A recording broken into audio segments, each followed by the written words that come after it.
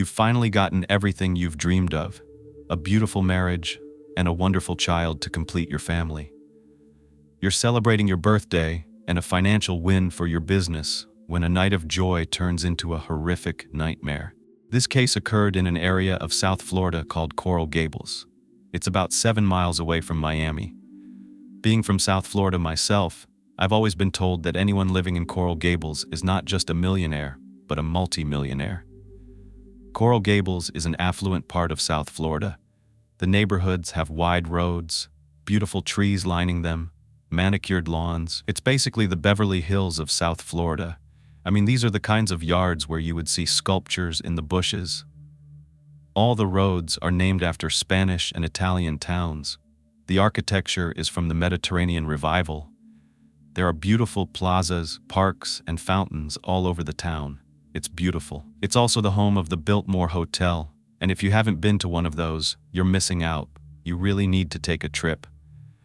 I went to the one in North Carolina. Just look at this. It is luxury, absolutely gorgeous, a great experience. Coral Gables is also a great place to shop, eat, and have a cup of coffee. It has really cute little cafes all along this area called Miracle Mile. You might have been there before or heard of it, but I just want to show you a picture of this because I do this to paint a picture of what it's like to live in these areas, to be a part of this community. The Miracle Mile is a shopping district with art galleries, boutiques, restaurants, movie theaters. It's kind of like an outdoor promenade. There's always something fun going on. But it's going to cost you. It's definitely not somewhere you would go if you're trying to save money. There's something else that I really love about Coral Gables, the Venetian pool. This is a very popular tourist destination, and I'm going to put it up on the screen because I want to show you what this looks like. I always dreamed about going here. It's a Venetian-style lagoon carved into coral rock.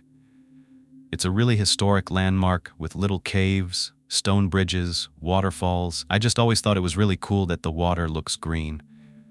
Not many people are ever going to say that they can afford or experience Coral Gables.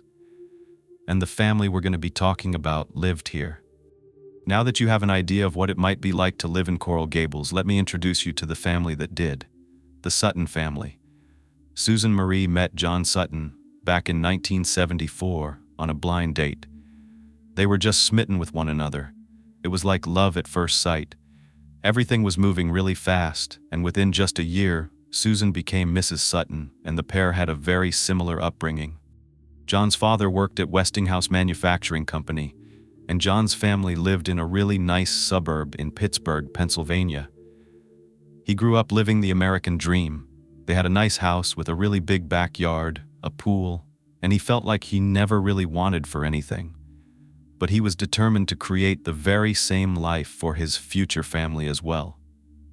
Susan was a very beautiful woman. She was prom queen in her senior year of high school, and then ended up going to college at the University of Pittsburgh to become a nurse. She worked in the surgical intensive care unit and was smart, dedicated, a very hard worker. She worked many hours every week and sometimes overtime. It's such an intense environment. You definitely have to have a very strong mind to be able to control your emotions, because it's really scary having to be in that room when these surgeries are happening and your patients have to be cared for. It definitely takes a certain type of person to be a nurse, and I commend you if you are a nurse. Meanwhile, John was successful as well. He was an attorney and was working his way up the ladder. He graduated from the University of Miami Law School in Florida and got his license to practice law in 1972, which was just 2 years before he met Susan. So he was a catch. He had a specialty in civil trials. With John and Susan having their careers on track, the next thing after marriage was to start a family. And this was something Susan wanted so badly. They seemed to just have it all. They were financially stable, good-looking, happy, and they just felt like they were missing the family aspect in their relationship. Susan was planning to get pregnant right away. She anticipated it would happen pretty fast, considering they were young and healthy. But they found out some devastating news. After trying for some time, Susan was not getting pregnant, and she didn't know what was wrong. And I'm just going to say infertility is a very sensitive topic for many people. It can be very difficult and even heartbreaking. It's a challenging situation to go through, and either it builds you up as a couple and strengthens that bond, or it can actually break up marriages, especially if one person is set on having children and for whatever reason the other person cannot. I'm not sure of the specifics of why this was happening in regard to the Suttons specifically, but either way, they were really sad. However, they were determined to try anything at all, to make their wish of having a baby come true. They consulted with a fertility specialist, and Susan began regular treatments. The couple was very hopeful, but after years of no luck, Susan started to open up her mind and her heart to adopting a child. Her sister Mary was by Susan's side when she considered that this might be the alternative. Even though it wouldn't be her biological child, they could still give this child so much because they had so much to give. At this point, Susan is the head nurse in the surgical intensive care unit, and John is busy working non-stop, gaining a lot of experience in his legal practice. He's also getting licensed in other states: Louisiana, Georgia, Alabama, Arkansas, even California, which is a huge accomplishment. He's very intelligent, a hard worker, and he even became board certified, a distinction given to attorneys with special knowledge, skills, and proficiency in various areas of the law, professionalism, ethics, and practice. It's rare because less than 1% of lawyers in Florida are even board certified, and over the course of his career, John had been recertified 6 times. He even received the highest peer rating standard given to attorneys, which is based on your peers. This rating is given to attorneys who rank at the highest level of professional excellence for their legal expertise, communication skills, and ethical standards by other attorneys. They finally decided to register to adopt in April of 1979. They had the opportunity to adopt a beautiful little boy who hadn't even come into this world yet. His biological mother was due soon, and the Suttons were set to adopt him a couple of days after birth. This was exciting because not every adoptive parent gets the chance to have a newborn baby, and many adoptive parents want this as an alternative to having their own biological child, mostly because they believe they can nurture and raise the baby from birth, almost as if it were their own. The Suttons were no different. It's more challenging in many ways to raise a child who has already gone through traumatic events, especially after a certain age where their formative years are over. But this was like a dream come true for the Suttons. These were literally the happiest days of their lives, especially for Susan. She was talking to her sister Mary on the phone, screaming with joy. She was so happy. It was such an exciting day. Chris Sutton was born on April 13th, 1979. John was overjoyed. They finally had a family, and he was taking in every single moment. He rushed in from work still wearing his green suit, which he would mention every time he talked about the birth of his son. As soon as he saw Christopher, he thought he was so cute, and both John and Susan wanted to give this little boy everything they could. These parents doted on Chris. They had so much fun with him. They would take him all over the place, even on vacations. Of course, you can guess he had toys galore to play with. He would run around the house laughing and playing. He was also a little feisty, but aren't they all at that age? He was also very loving, and the Suttons felt so lucky to have a son who was so close to them. They really thought of him as their own. They felt like they had a perfect family, the perfect life, and Chris was the only child, so he got a lot of attention, as much as they could give him.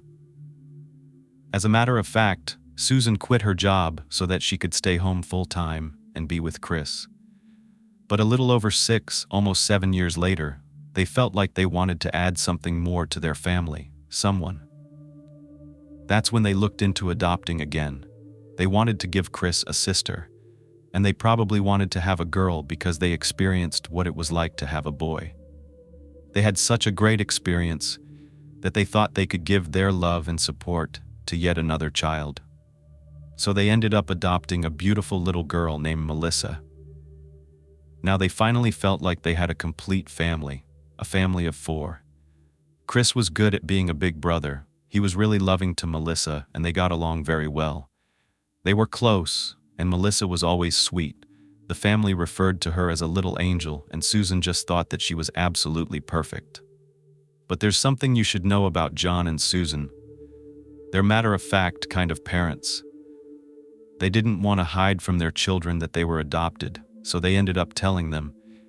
It didn't change anything, because this was all they knew. Even though the siblings were not biologically related, they were there for each other growing up, especially with an older brother who was 7 years older and already 6 feet tall, 200 pounds in his teens. Yeah, he was a big boy, so he would defend his sister whenever someone was making fun of her at school or giving her a hard time. He was not afraid to go right over there and make sure that she was protected.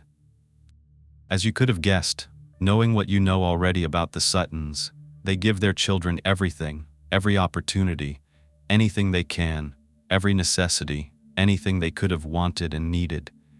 Especially because both of them grew up in families that didn't have them wanting for anything. They wanted to do the same for their children. Some might call it spoiled because there are things that many people might not agree with. Like Chris got older, and his parents would pay for things like his car and his apartment. Some children can come to expect those things. But as a mom, and you might be able to relate, I know how hard it is to say no sometimes because you want to support your children until they find their own way. And the timeline is different for everyone. I wanted to provide you, and I hope I did, with the most thorough picture of the Sutton family because things are going to change. Something unbelievable, completely shocking, and unexpected is going to happen. I definitely need to set the stage to explain how this perfect family living their best life, their own little American dream, goes from happiness to devastation. How can a world full of dreams become a complete nightmare? You're gonna find out. Like, by 2004, the Suttons are living in a nice house right on the waterway in Coral Gables. They are a power couple in Miami, well known and respected in their community. At this point, John's law firm is thriving. He had been an attorney for 20 years, and he wanted to keep the business in the family. So Susan took over all of the administrative duties as the office manager, including looking over the books. Melissa, she was 18 at the time, was actually in college studying law to become an attorney herself. And 25-year-old Chris was engaged to a lovely girl named Juliette Driscoll, who answered the phones at the law practice. Chris would help out wherever he could. He would work on cases, do research, do odd jobs around the office, take deposits to the bank, anything else that they needed. Chris and Julia actually met while the Suttons were on a family cruise, and they would frequently take trips to the Caribbean. John owned 3 boats, so they would take trips all the time, and the Suttons did a lot of traveling together. John would even take his boat to the Bahamas, where they would scuba dive and fish. Juliette was learning everything from Susan. She was answering phones, organizing files, making sure that medical records were correct. Susan just took her under her wing. John's longtime colleague and friend was one of the people he trusted the most. They were like family. He was really good at bringing in business, and they made a really great team. So John ends up offering him a share of the practice, so they became partners years ago in this firm. John was involved with suing companies and representing companies, so we're talking big money, corporations with deep pockets, and that meant John was receiving a portion of these really big settlements. They were about to celebrate 3 very big wins. I'm talking big money, like I said. They just had 3 settlements. One was for $1 million, the other one was for about $1,003, and the other one was close to $1.5 million. It was close to Susan's birthday, so they thought, why not celebrate both her birthday and the very successful litigation at the same time? Susan's birthday was August 20th. She turned 57 years old. 2 days later was their dinner party. Melissa was off at college, so she couldn't attend, but Chris and Julia and John's partner at his law firm, Teddy Montado, were gearing up for the family dinner and celebration. Melissa did call to tell her mom happy birthday, and that she missed her, and that she hoped she had a happy birthday party. It was a really fun night. Everything was going as planned. They had a nice dinner, drinks, a birthday cake, a lot of happiness and celebration among people who truly cared and loved each other. But they never knew what was coming for the Sutton family that very night. As the party was winding down, they switched gears and sat down to relax and watched the Olympics together for a little bit. It was getting later, and Chris and Julia had to get to a movie theater because they were catching a movie at 10. So around 9:30, they said goodbye to everyone and were on their way. Just 15 minutes later, Teddy said goodnight as well, and he left soon thereafter. John was tired, so he was getting ready to head to the bedroom. Susan was just taking care of last-minute things around the house, then she was also going to head to bed. Just a really ordinary night for this couple. John let the family dog, Snickers, out to go to the bathroom real fast. But when he called her to come back in, she wouldn't come. She was just continuously barking outside. So John does what a lot of us do. He went to fetch some dry food, shaking the bag to entice Snickers to come back inside. He was also looking out there to see if anyone was in the yard, but he didn't see anything. Finally, he managed to get her to come back inside. Then he headed to the bedroom to watch a little more of the Olympics before going to sleep. Now you might relate to this. John snored, and therefore Susan couldn't get much sleep when she was in the same room. So she slept in another room across the hall from the master bedroom, which used to be Chris's room. At this point, she was on the phone talking to a close friend before going to sleep. As John headed to the master bedroom, he got into bed and was watching TV. That's when he heard something. But it happened so fast. He thought he heard someone either slamming a door or something heavy falling to the ground. He didn't have time to figure out what it was, because just seconds later, the door to his bedroom opened, and he saw someone in the darkness. Someone wearing a black hat, black shirt, and black pants. Without hesitation, the person came in, raised a firearm, and started firing at John. All John could hear was repeated bangs, again and again. He was running around the room frantically, trying to avoid getting hit by the bullets, but John was no match for this gunman. As he moved around, bullets entered his body. He was shot 4 times.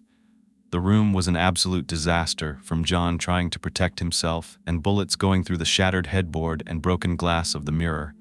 John lay on the floor, bleeding but still breathing. Then the gunman left the room and walked to where Susan was sleeping.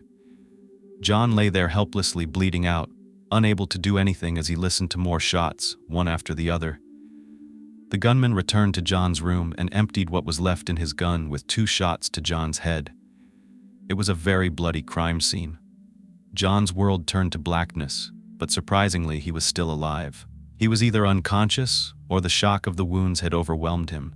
At some point, he woke up. I hear these stories, and I can't believe how strong we can be in moments of despair, in moments of pain.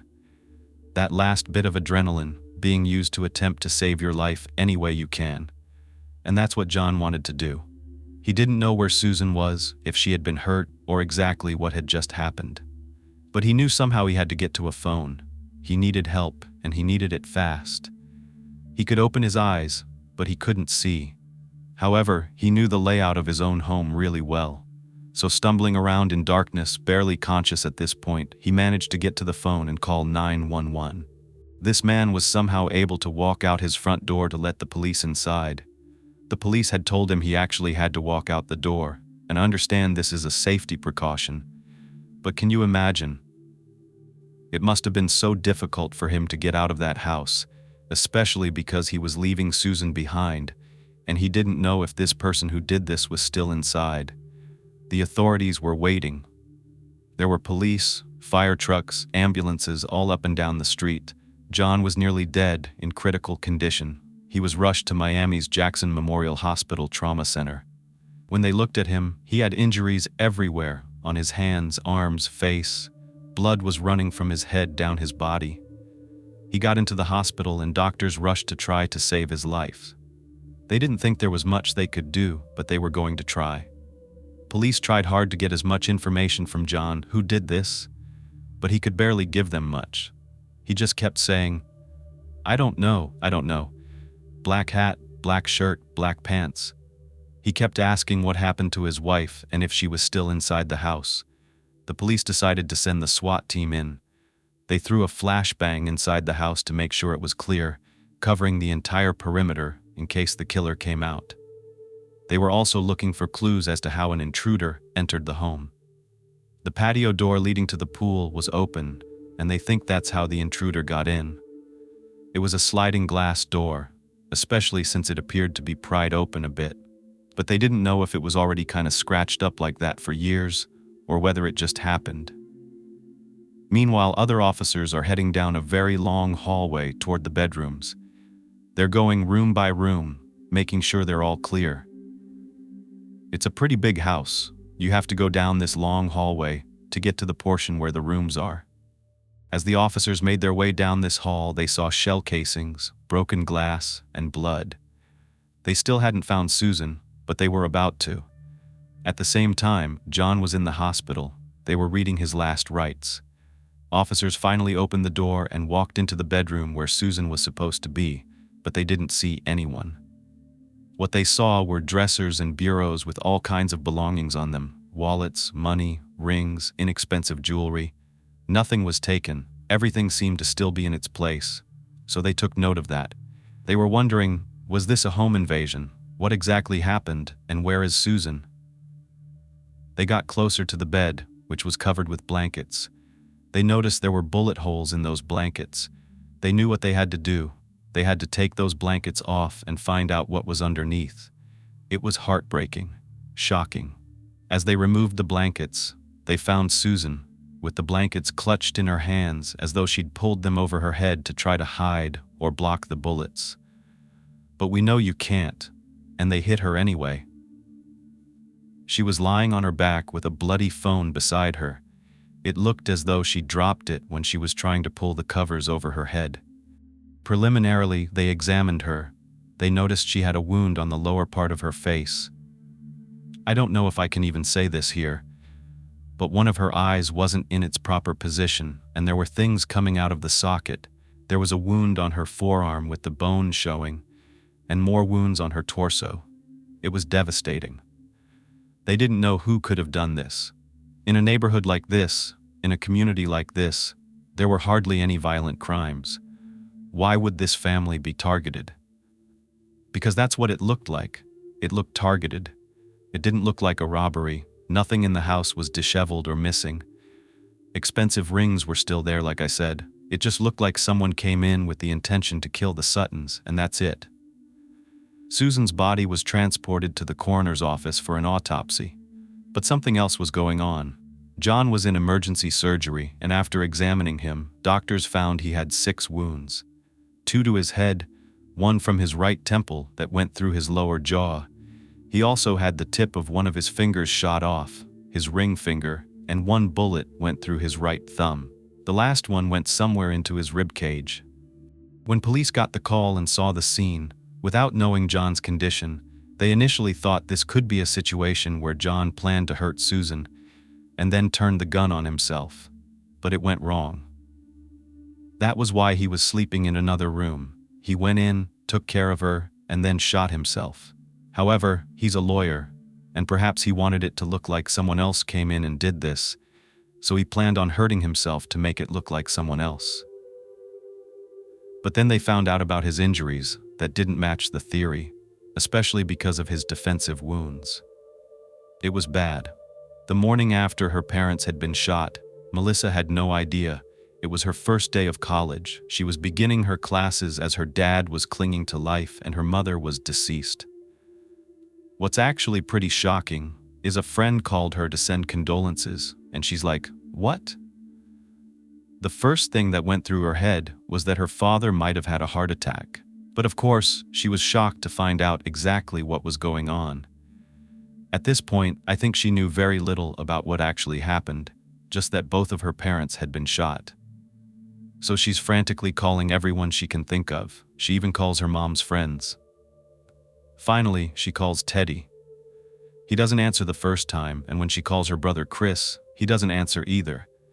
But she's finally able to get a hold of Teddy, and Teddy is fully aware of the situation by this time. He has to break the news to Melissa, then drives to get her and bring her back to Miami. Later that morning, Chris arrives at the scene. He sees police cars all around and tells him, "I've missed calls today, and I was informed something had happened." Then, they break the devastating news to him that his mom is dead. He is visibly shaken. No one expects to hear this, especially the day after having a beautiful dinner with your mother. So the tears are just welling up in his eyes, and he couldn't control his emotions. He just rushes to get to his father's side. They're finally all at the hospital, and of course, everyone is completely devastated. They're made aware that Susan didn't make it, but that their father was still alive. However, doctors told them, though they tried their best during a 14-hour surgery, they could not save his eyesight. Too much damage had been done in that area of his head, and sadly he would never see again. He was blinded by his injuries. And that is devastating to think that a successful lawyer is probably never going to be able to practice law or live the life he did before, to be the father that they knew. But he was alive, and they sat by his bedside, just talking to him, letting him know that they were there. And he was going to have to find out about what happened to his wife of 29 years. When Melissa walked in, she didn't even recognize him. He was completely disfigured. It was a gruesome thing for her to witness, but Melissa could tell it was him because of his hands. That made me sad. It's sad to remember your father's hands and know that he's right there, but to not be able to truly see him through the damage. John was in a drug-induced coma, and in the following weeks, John began to slowly wake up. At one point, he was finally able to speak just a few words, and he asked Melissa, "How is Susan doing?" Melissa wasn't able to tell him the truth. His life depended on him being as stress-free as possible in this horrific situation. So she merely said, "Well, she's not doing quite as well as you. They're working on her in another room." To think that he has no clue sometimes, I believe it's pretty harsh to hold in the truth and allow him to hold on to that happiness and hope in his heart for nothing. But I understand medically, it's vital to his survival. Investigators had been visiting John every day, waiting for him to talk, trying to piece together what happened and who would want him and Susan dead. But every time they came in, he had a tracheotomy and was on heavy medications, so there was no way for him to speak. Meanwhile, they were interviewing the family, friends, and employees of John's firm. They said that it could be anyone. The type of work that John does creates a lot of enemies out of ordinary people, especially when he wins certain cases. But Juliette, Chris's fiancée, had some important news to share, their first real lead in the case. A woman, who was not named, had lost a case due to John winning for his client. She lost a significant amount of money and was not happy, to say the least. In order to pay the judgment, officers came to her local business and confiscated everything. Just a couple of days before this attack, the woman made threats on John Sutton's life and everyone inside his office by saying, "I'm going to go in your office and shoot it up." It was 3 days since the murder, and police were canvassing the neighborhood when they got a clue that might be connected to this woman. A neighbor thought the perpetrator took off in a boat. Yes, because they heard a boat going fast on the waterway. The killer would have gotten out unseen and quickly, since the waterway is behind the houses. No one would have heard or seen a car out front. It turns out this woman, who threatened the Suttons, owned a boat that matched the description and was docked close by their home. They ran a background check. Meanwhile, they tried to get John to write things down on a notepad, but they didn't have any success. What he was able to write wasn't legible. They tracked down the woman and questioned her. It turns out her boat had security cameras on it, so they pulled the footage. Meanwhile, she also told them about her alibi, and they determined she was not near the Suttons' home the night of the crime. She wasn't just out of the state, she wasn't even in the country, and her boat never left the dock. They had to move on and keep looking for viable leads. For weeks, John was in and out of consciousness. His family and friends were gathering around, comforting him and waiting for him to become fully alert and awake so that he could finally go home. What's really frustrating is that the crime scene yielded almost no clues. They had determined that the killer made entry into the home from the sliding glass door. They weren't sure if it was already open or if it had been pried open. There were no fingerprints, no murder weapon, no DNA, but they did find bullet casings that belonged to a 9mm handgun. And there was one other thing investigators wanted to know. Who was Susan on the phone with? They believed this might lead them to the killer. When did she hang up? Was it before she was killed, or did the person on the other end hear something?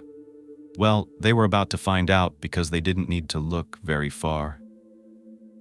Investigators went back through reports from the night of the crime, hoping to discover more leads, and they found out police had seen Teddy at the scene of the crime the night of the murder. But not only that, he was there before the SWAT team even got there. They estimated he was there within 30 minutes of the crime occurring, and this was very unusual. How did he know something had happened? They hadn't even told anything to the news stations yet, and there was no coverage. And I don't know if you know this. You probably do from watching true crime. Often perpetrators will come back to the scene of the crime or meddle in the investigation. They try to be helpful and insert themselves into the case to gain inside information. Investigators know this, of course. So they find out from Teddy that he was just there the night before the crime occurred. They think back to that sliding glass door. Could he have left it open that night so he could come back in and hurt his law partner and his wife in order to keep all of the settlement funds? It was very plausible. He was brought in that night for questioning. Of course he was. Now, something I did not mention was that he was very distraught at the scene. He appeared to be shocked, like he couldn't believe what had happened. Plus, it gets even more suspicious, though he was the one on the phone with Susan that night. Yep. And police got a very bad feeling right away. They thought it was extremely odd that John's law partner, who was just there, was on the phone with a married woman. There's got to be more to this story. However, when they probed him about why he was speaking with her, he simply explained that he's known this family a very long time. They are close friends. Even though his relationship is professional, they're like family to him. Investigators had already been informed from other sources that Teddy was Susan's best friend. Is it unusual for a married woman to have a guy best friend? Let me know. You may be someone who does. You may fully understand how this could be normal or maybe not. You tell me, can you just be friends? I've always wondered that, can you just be friends? Then, there's another shocking fact that Teddy tells police. He heard the gunshots. He says he was on the phone when the intruder came inside Susan's room and shot her. Can you imagine? He said all he heard was a loud bang and that he thought it could have been gunshots. Then the line went dead. He tried to call Susan back, but he didn't get an answer, so he rushed to the house to see if she was okay. Police were not convinced, but the investigators were able to gather more information after getting a picture of what Teddy explained happened on the night of the crime. They asked Melissa, who had reached out to Teddy to find out what happened to her parents, and she's adamant that Teddy was telling the truth. He was not involved, she said. It was impossible. She explained that they work together and they're always talking about work, even late at night. Her mom does this all the time, she reiterated. Teddy is my mom's best friend. We call him her godfather. He's like a relative. They spend holidays together, birthday celebrations, everything. Investigators wanted to believe this, but there's something else that's really bothering them. When police brought him into the station, he immediately let them know that he's carrying a firearm, a 9mm firearm, right? The same caliber as the weapon involved in this crime, the one that is still missing. What's worse is Teddy explains that he was using his gun that day. He says he's a professional skeet shooter, an expert marksman. This is a competitive sport where you use a gun to shoot those clay targets, little round ones that are mechanically flung into the air at a very high speed. If he can hit those targets, he could surely hit a person trying to run from him, like John. So this raises a red flag. They think, really?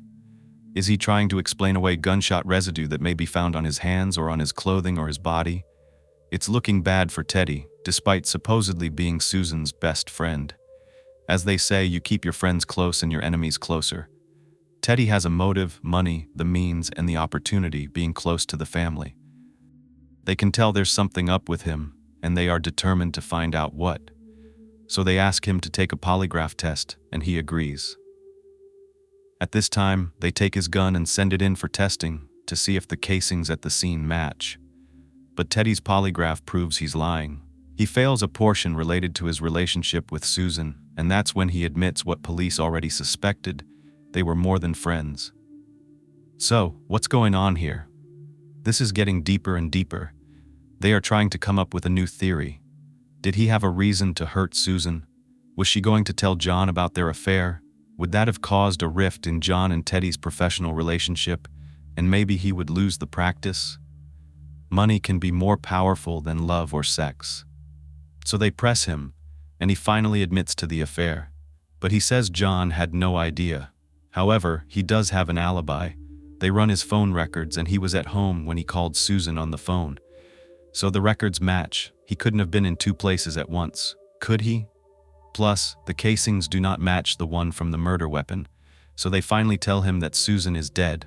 They were waiting for his reaction. It could be telling. They could tell if his response was genuine, and it was. He was torn up, then scared. He thinks maybe he's the next target. They clear Teddy as a suspect at this time. When Melissa and Chris realize that the killer may be someone close to them, maybe a former client whose case didn't go well, or a person who feels they got screwed over by their dad's law firm, Chris begs the hospital to use a fake name for his dad. He's afraid that the person who did this is going to come back and end John's life if he finds out he's still alive. That's actually a very common protocol. They usually don't release the name and list a patient under a John Doe if there's a chance, because it's attempted murder that they're going to come back. The investigators have to do their due diligence. They have to check on everyone's alibi, so they speak to Melissa and Chris. We already know Melissa's like 5 hours away at college, and Chris was at a movie with Juliette, and he even has a ticket stub. So the investigators, they go to the theater and they look over the security footage, and they confirm that Juliette and Chris were nowhere near the home at the time of the crime. By early September, John is completely coherent, and he's doing as well as he possibly can, considering the circumstances. He had gone through a number of life-saving surgeries, and at this point he just wants to go home.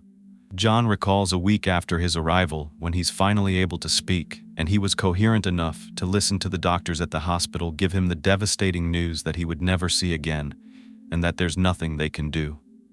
Of course, as all of us would be at hearing this, it was hard for him to take in. He couldn't believe what they were saying, and it was sad. The bullet destroyed his right eye completely.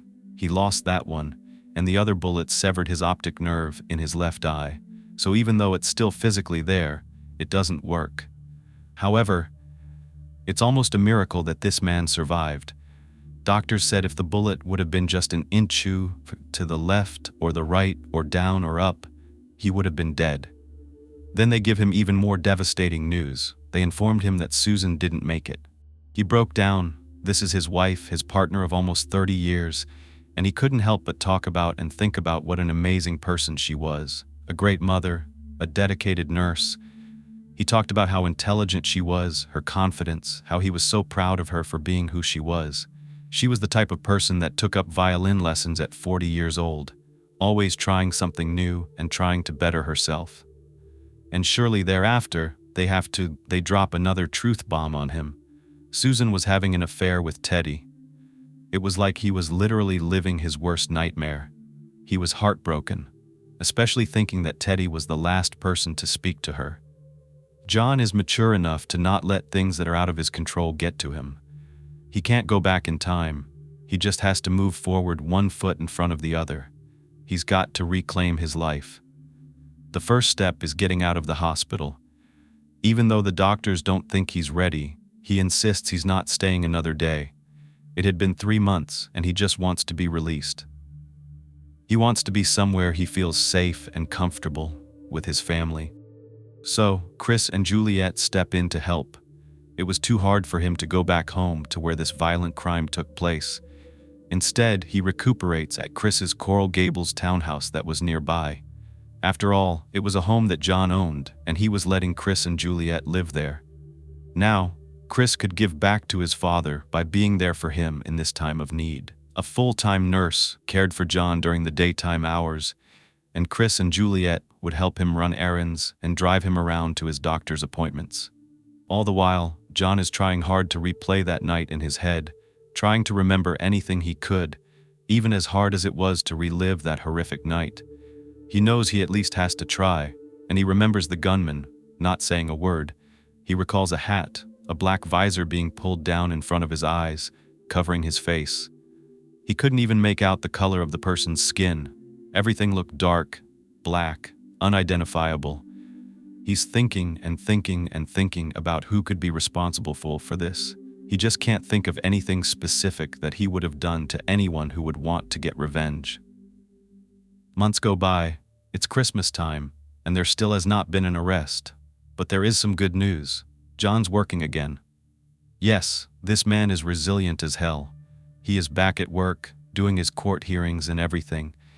Just absolutely amazing, because it takes such a strong human being to be able to get through all that he's already been through and get this far. He's actually using work to distract him from everything. He's throwing himself back into the cases and reviving his law firm because it was helping him heal emotionally.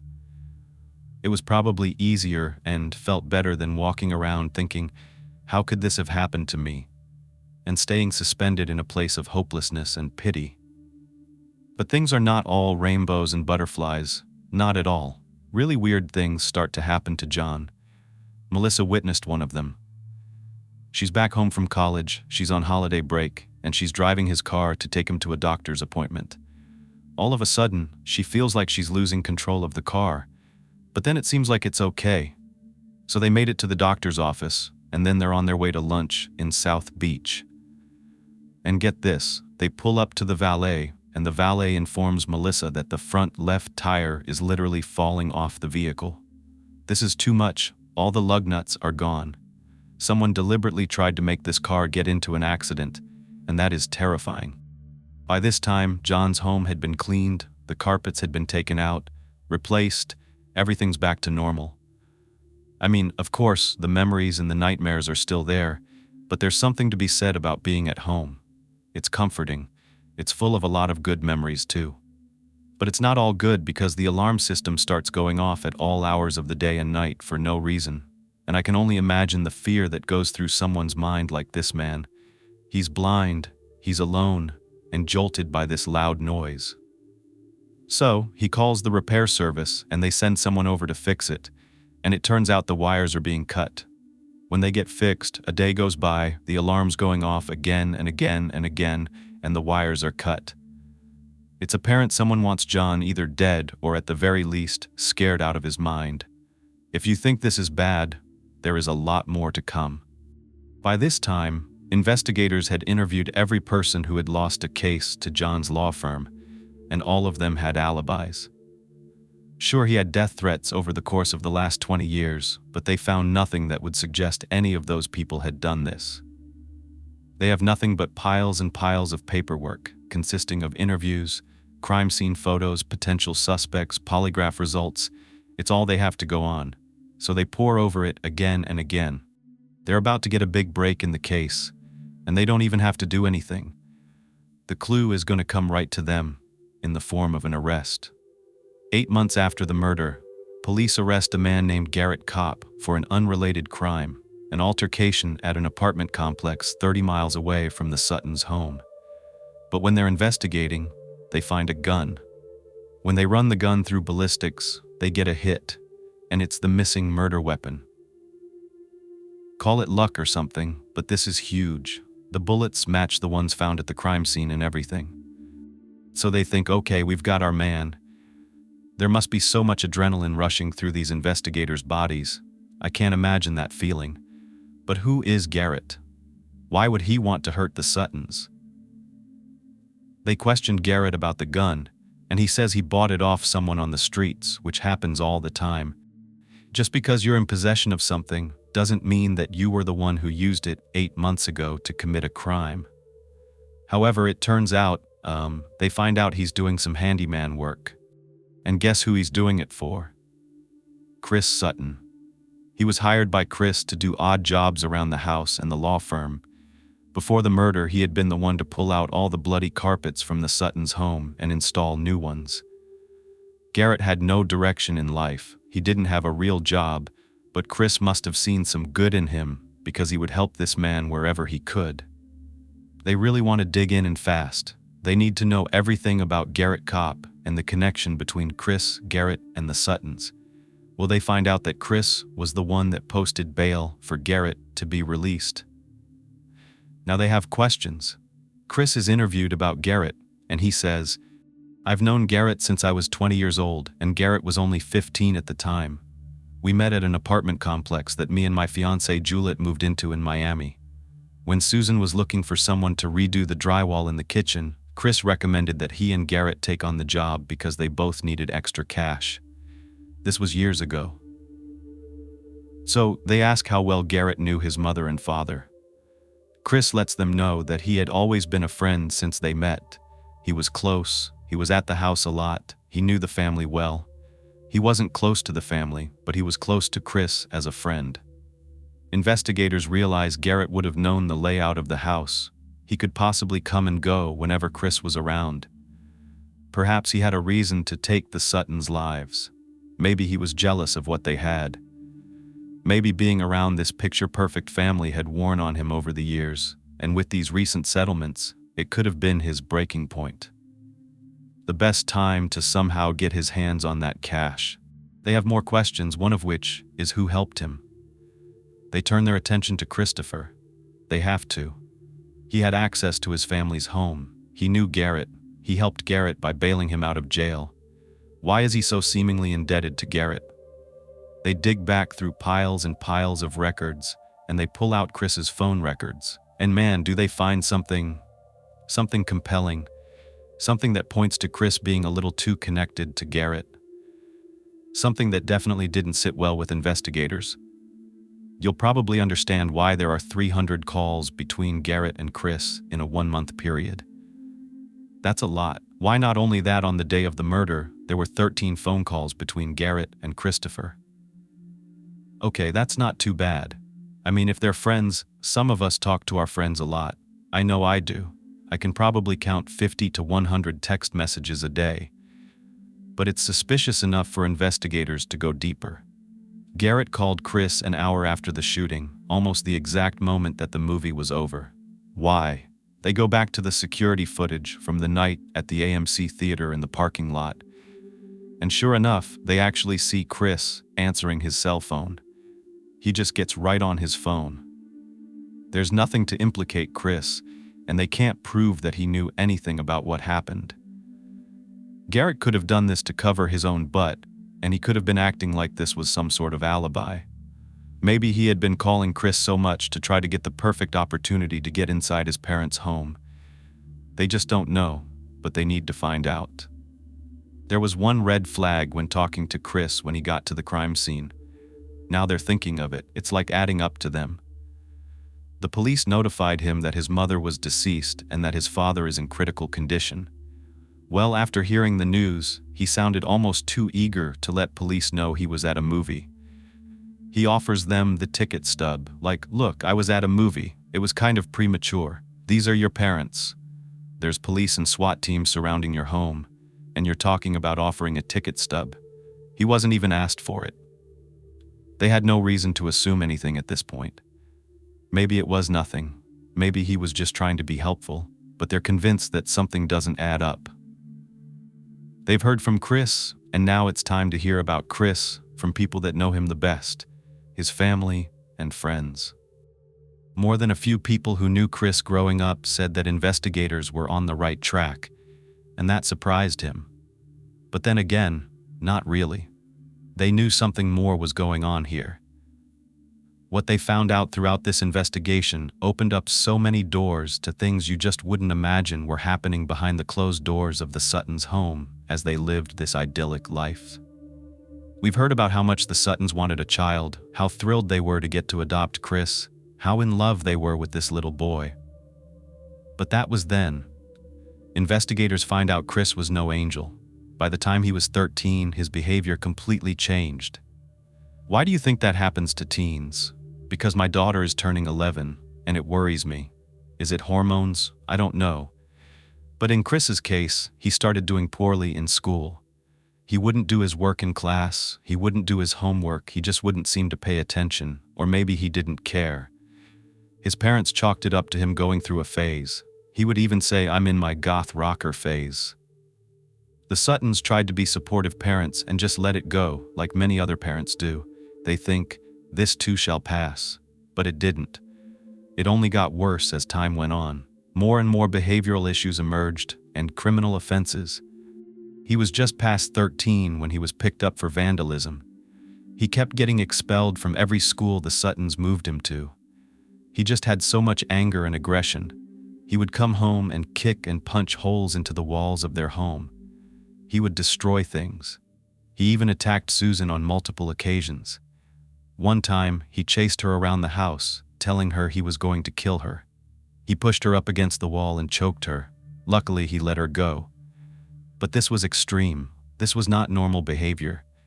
So the Suttons sought help for their son. This would be a tough one. He's not part of them biologically, but on the other hand, they raised him. They could think a few different things. He was born this way, or somehow they made him this way. Was he too spoiled? Why didn't Melissa have these issues? Was it because he was a boy? Is it because he's going through puberty? They needed an expert opinion, and they got a lot of them, from psychologists, psychiatrists, pediatricians, internists, you name it, they tried it. Eventually, he was diagnosed with ADHD. But further, one psychologist said he was conduct defiant or had oppositional defiant disorder. And why was I interested in what that meant? I can't just gloss over it. I think it's important to note, it's defined as a behavior disorder, of course, and it's mostly diagnosed in childhood. HopkinsMedicine.org says children with this disorder are uncooperative, defiant, and hostile towards peers, parents, teachers, and authority figures. They are more troubling to others than they are to themselves. The disorder is characterized by having frequent temper tantrums, arguing with adults, refusing to do tasks, questioning rules and why they apply to them, doing things to annoy, upset, or hurt others, including authority figures, blaming other people for their behaviors and mistakes, being irritable, always angry, speaking rudely and unkindly to others, and seeking revenge or being vindictive. I'm not a professional at all, but doesn't this kind of sound like every teenager? Or at least, many. Maybe they don't exhibit all these characteristics, but to me, it seems like the harsh reality of teenagers going through some of the changes that occur in their bodies. I'm most likely watering it down, but not on purpose. I just know I went through things like this as a teen, and I couldn't explain why. Researchers don't know exactly what causes this disorder. Some say it's because of attachment as a toddler. They don't learn to have enough independence, and they're too emotionally attached, so they act out when they don't get the same amount of attention. The other theory is that the behaviors are mirroring negative reinforcement methods that are used by parents. To attempt to correct the child when the child acts out, they're not punished, they're cuddled, and the parents make excuses, and therefore they do this again and again for attention and a reaction. But the Suttons were worried about their son. They wanted to know what their options were. You can treat ODD with cognitive behavioral therapy, family therapy, group therapy, medication, or a combination of those. Nothing was working. The next thing they knew, he and two friends caused $50,000 in damages to a teacher's home. They couldn't control this kid. When they tried to ground him, he would get angry. And the final straw was when he pulled out a .22 rifle that belonged to John. He walked into the living room and aimed it right at Susan and Melissa. Now John knew it didn't have a clip in it, it wasn't loaded. But Susan and Melissa didn't know that, and there was just fear that swept over their faces. They were in absolute terror. And what did John do? He sent him to his room. I guess when I read this, I expected that they were going to do more, but they wanted to give him another chance or 2 or 3. But it got worse. At age 16, something even more worrisome occurred. Susan found a letter written by Chris, and in this letter, he detailed how he wanted to kill Susan and John for their inheritance. When they questioned him, he goes, "Oh, don't worry, I was just joking." Really? Why would you joke about something like that? Well, maybe because he was on drugs. He was buying, doing, and selling drugs too. It was too much. They didn't actually believe that he was capable of taking their lives or harming them, but they didn't want to find out. Finally, one doctor told them that they better do something and fast because Christopher had psychopathic tendencies. They had to do something, so they did. They researched places to send unruly teenagers, boarding schools, retreats, treatment centers. And you know these aren't cheap. At last, they narrowed their options to a place called Paradise Cove. What a lovely name, and it seemed very promising. It had a program that was focused on helping teens overcome problematic behaviors. It was a reform school, if you will. Not only that, it was located more than 7,000 miles away in remote American Samoa, in the middle of the South Pacific Ocean. It's an all-male facility that opened in the early 90s and housed up to 450 boys. Firstly, they used scare tactics from the beginning to instill fear into each one of these children to gain control and authority and respect. They pretty much had them under their thumbs. For example, Chris was only 16. His parents basically set up a planned abduction.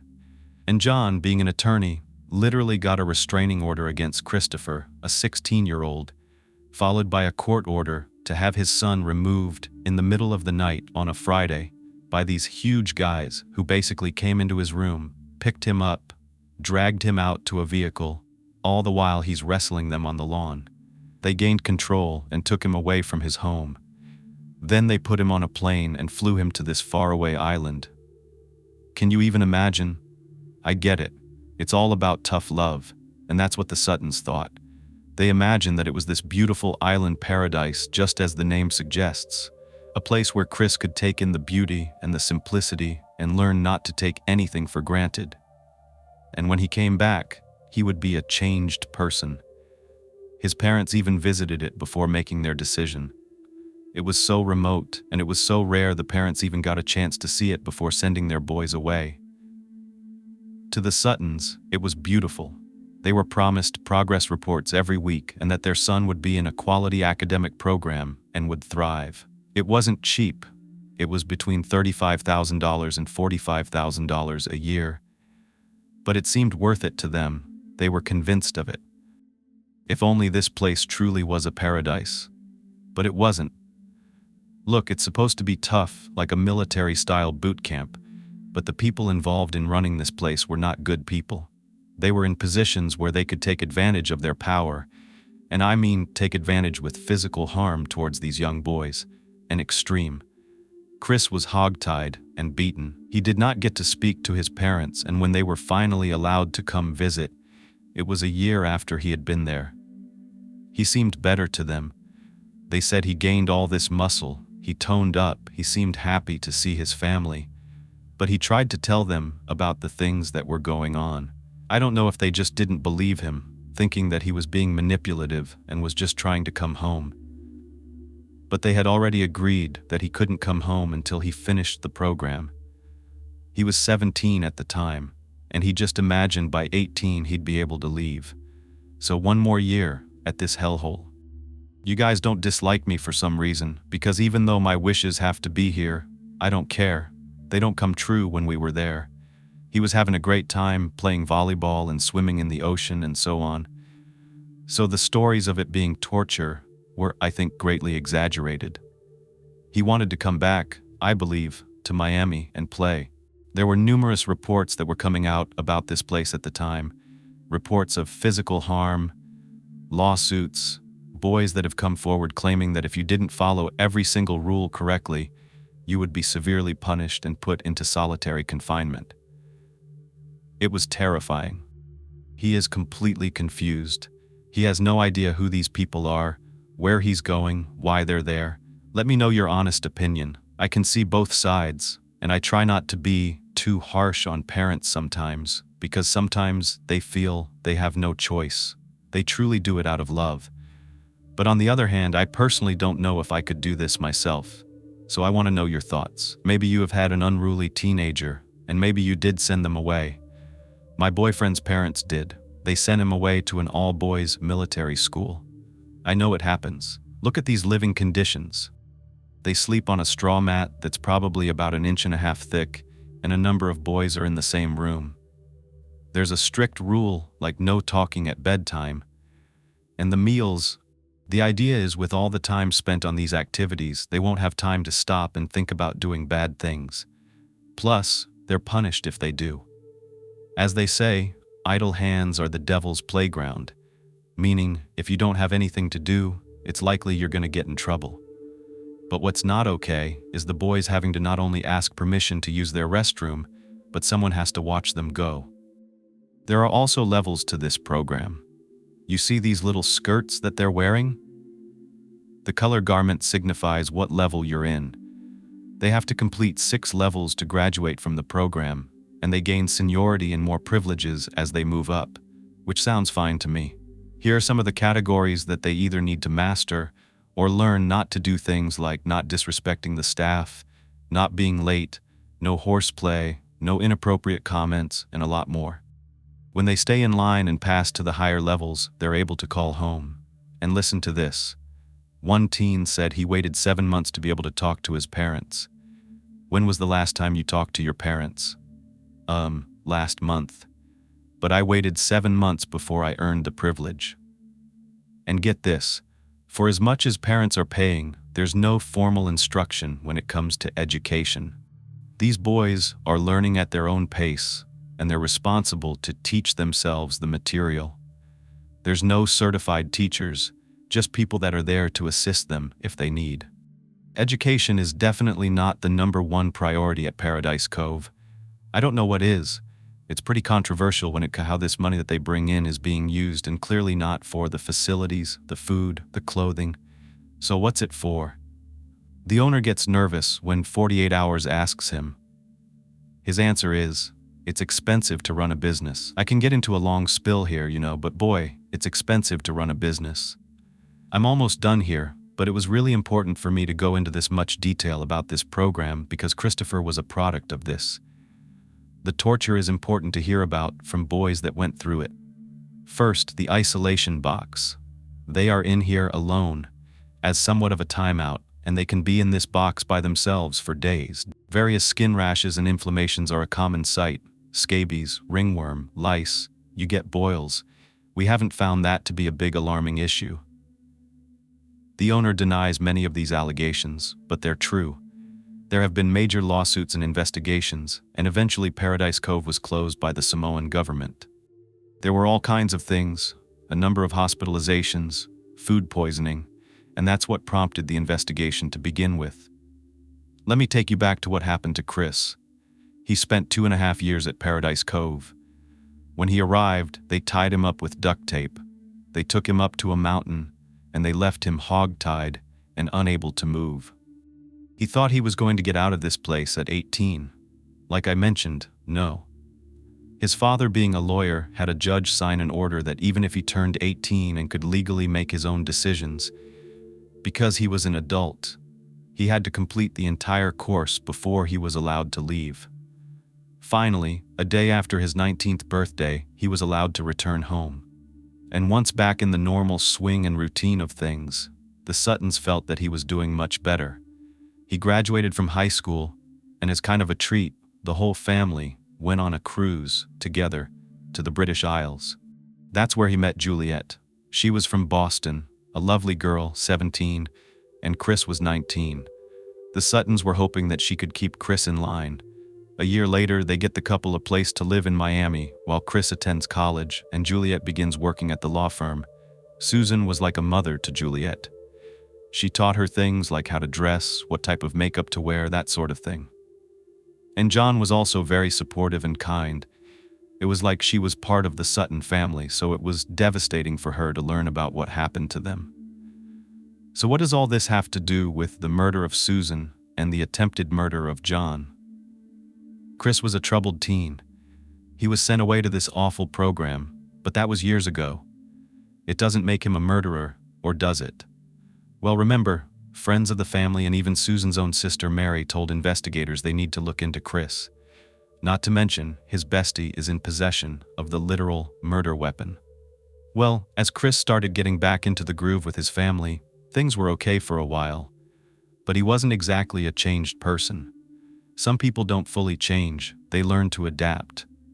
But deep down, they never forgive. and it seemed like Chris held a grudge against both of his adoptive parents. There were times when he said they didn't love him. If they did, they would never send him away like that.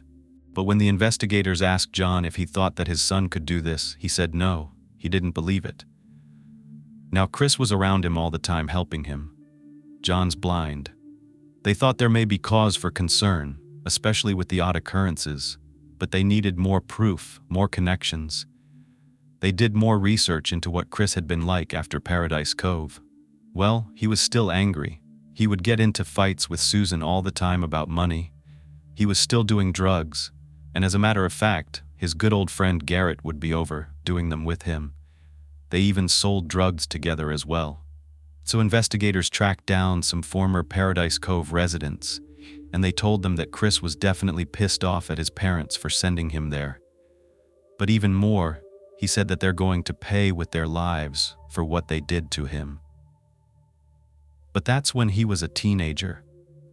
Don't some teenagers say that kind of stuff when they're really mad? Like, I'm gonna kill you? Doesn't mean they're serious. So they needed to talk to someone who knows him really well, that has more of a recent history of his behavior and his intentions. So they turned to Juliette, and I mean Juliette is engaged to Chris, it's someone that loves him and he loves her back. So what's the story? Well, Juliette does admit that Chris was very upset about what happened to him. She met him right after he came back and said that he had resentment towards his parents and what happened in his past. But he was different now. He was happy. She doesn't see him as someone who would do anything like this to his family. And what's more, Chris relies on his family, she explains. He's really taken care of. It sounds like he's a type of child that isn't getting anything cut off. His family cares about him. He's close with his family. They take care of everything. They take care of his car insurance. They financed a business for him. And sure, there's a lot of dependency there, even though some might think at 25 years old he should be doing that himself. But a lot of times children who grew up in a wealthy family tend to be a little coddled and spoiled, and Chris was no different. However, they needed even more information, and that's when they talked to Susan's sister Mary. She was one of the people that said, "You need to look into Chris." So why? Well, there were reasons, a lot of them, but the most recent reason is because of what he said at Susan's funeral. He just nonchalantly is talking about the way his mother died. He said, "Oh, someone came in, they shot up the house, they went down the hallway, they shot my parents, my father got shot 6 times, my mother was shot 5 times. It was like he even knew about what happened that wasn't even released to the media when this was going on." Mary felt this feeling in her gut. It's like when your stomach drops, and she looked over at him, and she just had this intuition about her sister. And she said to herself, "He killed her. He's the one that did it." Intuition isn't proof, but it is interesting. And there's something else. Mary just says that there's something missing about Chris. He's not like other people. There's just this feeling you get around him. And it's also interesting to me because he has a fiancée that doesn't feel that way.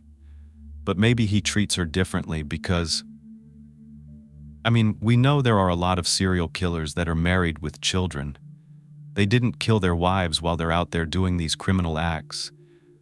They're still able to be loving to the people who they want to love. But there was evidence of a connection between him and Garrett, so now they need to dig in and figure out what's going on. They call Garrett in for questioning.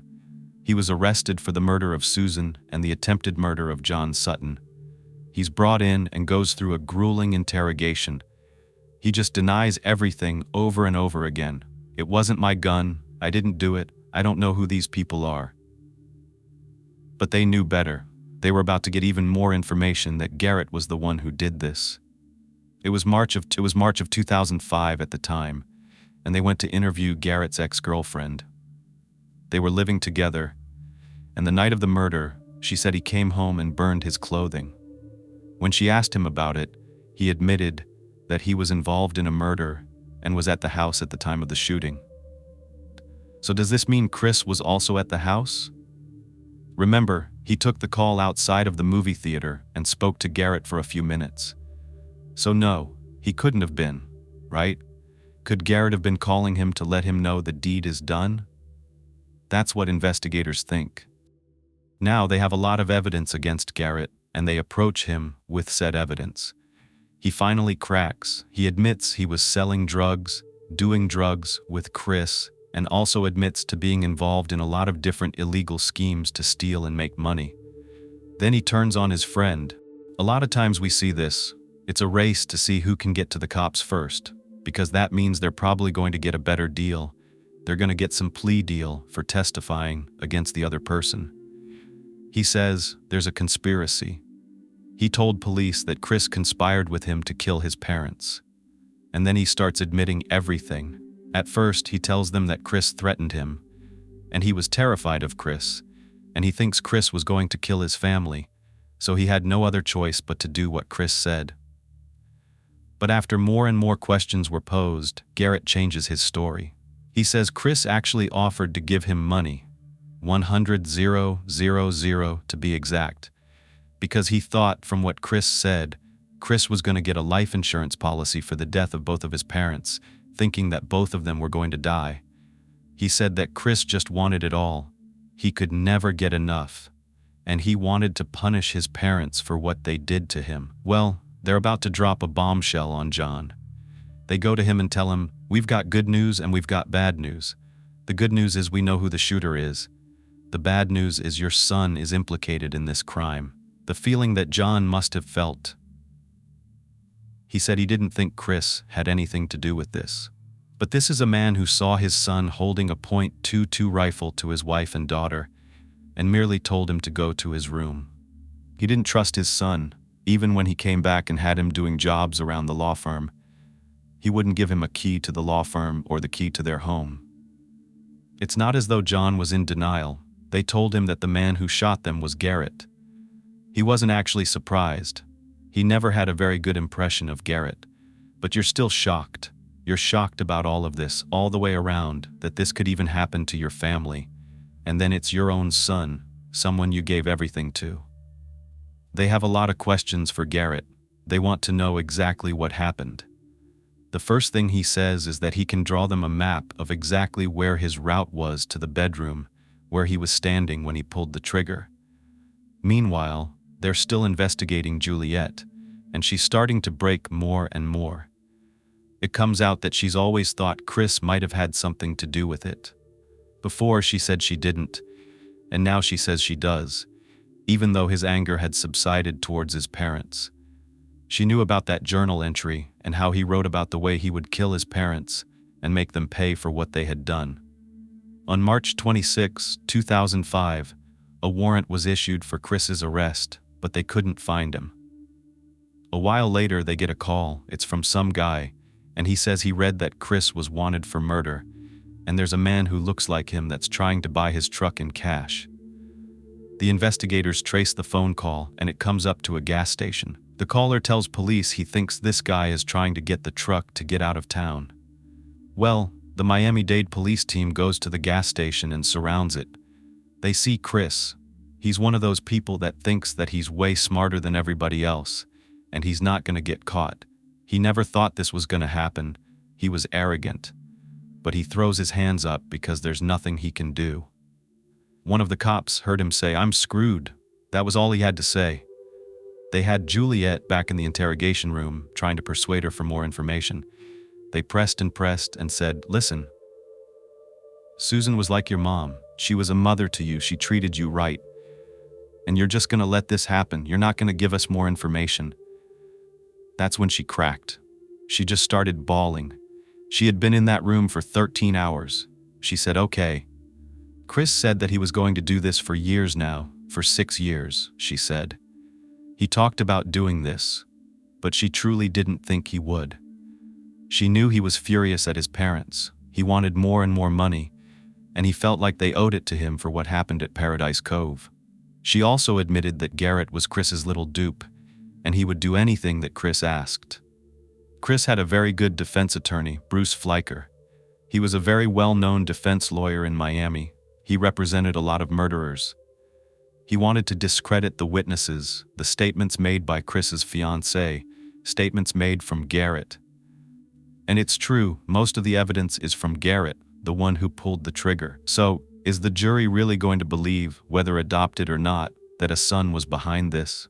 It's harder for them to believe that than a drug dealer that went into this home trying to find money, got scared, got nervous, or even planned to open fire on the sentence, all in his own volition, with nothing to do with Christopher. The trial begins July 2010, and their star witness, the hitman, the supposed hitman, Garrett Kopp, of course, he takes a plea deal. We knew he would. Right? It's a 30-year sentence.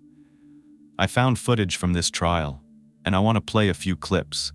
I picked some clips that I thought would be very telling about the situation so that you could comment on them in the comment section. We can kind of discuss. I'm here the first hour or two when my video goes live, so be there and we can have a little back and forth conversation about these things, because that's what I love doing. I love hearing your perspective and your point of view, because a lot of you are so insightful. You think of things that I never even thought about before. There really wasn't any evidence at the scene. It was mostly people saying that Chris said this or saying that Chris was like this or that, and you're going to hear that in these clips of the trial. There is no forensic evidence in this case which links Chris Sutton to these crimes, whether it be DNA, whether it be fingerprints, whether it be blood analysis, even firearms. But I think I understand why the jury leaned the way that they did. We will never actually know, and that's the truth. We will never actually know anything, but there's a reason to believe that Chris is guilty. We're going to hear from Chris as well, and you can make a determination of what you believe actually happened in this case. Like I said, Bruce Fleischer will argue that Garrett acted alone. He was not only a drug dealer, but he was a drug addict, and he knew that Chris had 2 pounds of marijuana in the bedroom where his mother was sleeping, except she wasn't sleeping. Therefore, when Garrett came through the sliding glass door that he knew would be open because he's been there many times before, he went into that bedroom and realized the Suttons were still awake. He got scared. He shot them in a drug-induced rage. He wasn't thinking clearly. He just wanted that money because it was $7,000 worth of drugs. This is the defense's theory. He was in a drugged haze. He needed drugs to use, he needed drugs to sell, and he needed money, of course. That is not how the prosecution sees it. They say he deliberately went into John's room and then Susan's room. If his objective was to go into Susan's room for the drugs, why did he go into John's room first and then into Susan's? Maybe he didn't want John to attack him. But if he was clearly on drugs, he could mix it up. He heard the TV on in there, that's what the prosecution says. He walked in there first. Why? Well, because this was the plan, like I said, to take out John first. This is what Garrett said. If you please have a seat right there. After you're seated, if you'll kind of scoot the chair forward, pull the microphone closer to you, keep your voice up nice and loud so all the members of the jury and the people here in court can hear you. Miss Kagan, you may proceed, thank you. We're listening to a criminal. That is why these cases are so difficult, because the star witness is the man who pulled the trigger. He says that Chris left the sliding glass door open and it was his idea to carry out this whole crime. However, you're going to hear from people like Juliette, the closest person arguably to Chris at the time. You're going to hear from Chris's father, the man who is now blind. And you're going to hear from some other characters who have their own stories to tell about Chris and his demeanor. And this is all because of what other people said about him, because of the things that he said in his past, because of things he said when he was 15 years old at Paradise Cove. John testifies against his own son, and it's heartbreaking. Not because I feel bad for Chris in this moment, but the pure bravery of this man. They expected him to be afraid, being blind in this courtroom with all eyes on him, not able to see the crowd. But this man lived in the courtroom. He breathed the law. He had been in this exact courtroom, as he put it, hundreds if not 1,000 times. This was his comfort zone. He wasn't afraid. This was his home. Here he is talking about that right now. He knew he had to do this. He understands the law. He knows why they're there. And as hard as it was, he did it. And the one thing to note is that Juliette says there was an argument. And you'll hear her say that between Susan and Chris around the time of the killing. It was about car insurance. Susan didn't think that she should still be responsible for Chris's stuff anymore. He's 25 years old. Why should she be paying it? So they get into an argument, and Juliette says he's furious. His viewpoint is, my parents just got paid these million-dollar checks. Why can't they just help me? They should be helping me. Here's the fact that I didn't know until I was listening to the court proceedings. Apparently, Chris was outside talking on the phone out on the patio. What's in front of the patio? A sliding glass door. John says to Chris, "Come on in. It's time for your mom's birthday. It's time to eat cake. It's time to celebrate. What are you doing out here?" That's interesting. Wow. That's a very powerful statement. And like the prosecution had stated, she doesn't have a motive to lie. Or does she? Because Chris says and believes, supposedly, allegedly from his standpoint, that the interrogation that lasted 13 hours broke her down. And in order for her to be safe from any kind of prosecution, at least in her mind from what they were telling her, she needed to testify against him. Is it plausible? Yes, but true? I don't know, because this was the woman who loved him, and she's willing to unveil all of these things. They asked her about the dinner party, and she just broke down. Her mind was probably racing, going back through all those memories, the smiles, the cheerful moments, the celebration, the happiness. And maybe she wishes she could go back to that night. Did she know what he planned to do? She says there is no way that people could actually think that she would ever let Christopher, or know that Christopher was going to do something like this and not turn him in or tell anyone. But this is the man she loved and adored at the time. I don't know, we'll never know. But of course Chris says Julia's a liar. She was threatened with all these different things, even the death penalty. She was going to go to prison, he said. I don't really know how that fits in, but this is what Chris says, that she's lying, everyone's lying, threatened with a death penalty, she was threatened with going down. But she's a liar too, in part, yeah. But there was something the defense questioned. They asked Juliette, "You didn't think he was going to do this, you said." And there was doubt in her mind. She doubted that he would even do this. So could he have just been speaking out of anger, and maybe not intention? And maybe Garrett had heard him say this time and time again, so he thought, you know what, I can do this crime and they're gonna think he made me do it. She's absolutely right. No one knows except for him and Garrett. No, he didn't believe he was going to do it. Did you? I'm still confused about the whole matter. I don't know if he did it or not. Nobody knows what really happened except for him and Gary. Chris says he's innocent, and therefore innocent people are going to defend themselves. In my opinion, he does seem very genuine. However, that can actually go against him because the theory is that he has this resentment and this anger that had been bubbling up. He didn't shed a tear when he was talking about his mother being shot or his father going blind. Not necessarily anyway. Not during the trial. It was when this memory was brought up. On July 22, 2010, the jury finally came back with their decision. The clerk is about to read that verdict now. As the count 1 guilty of first-degree murder as charged in the indictment, Mr. Sutton, the court imposes a sentence of life in prison without the possibility of parole.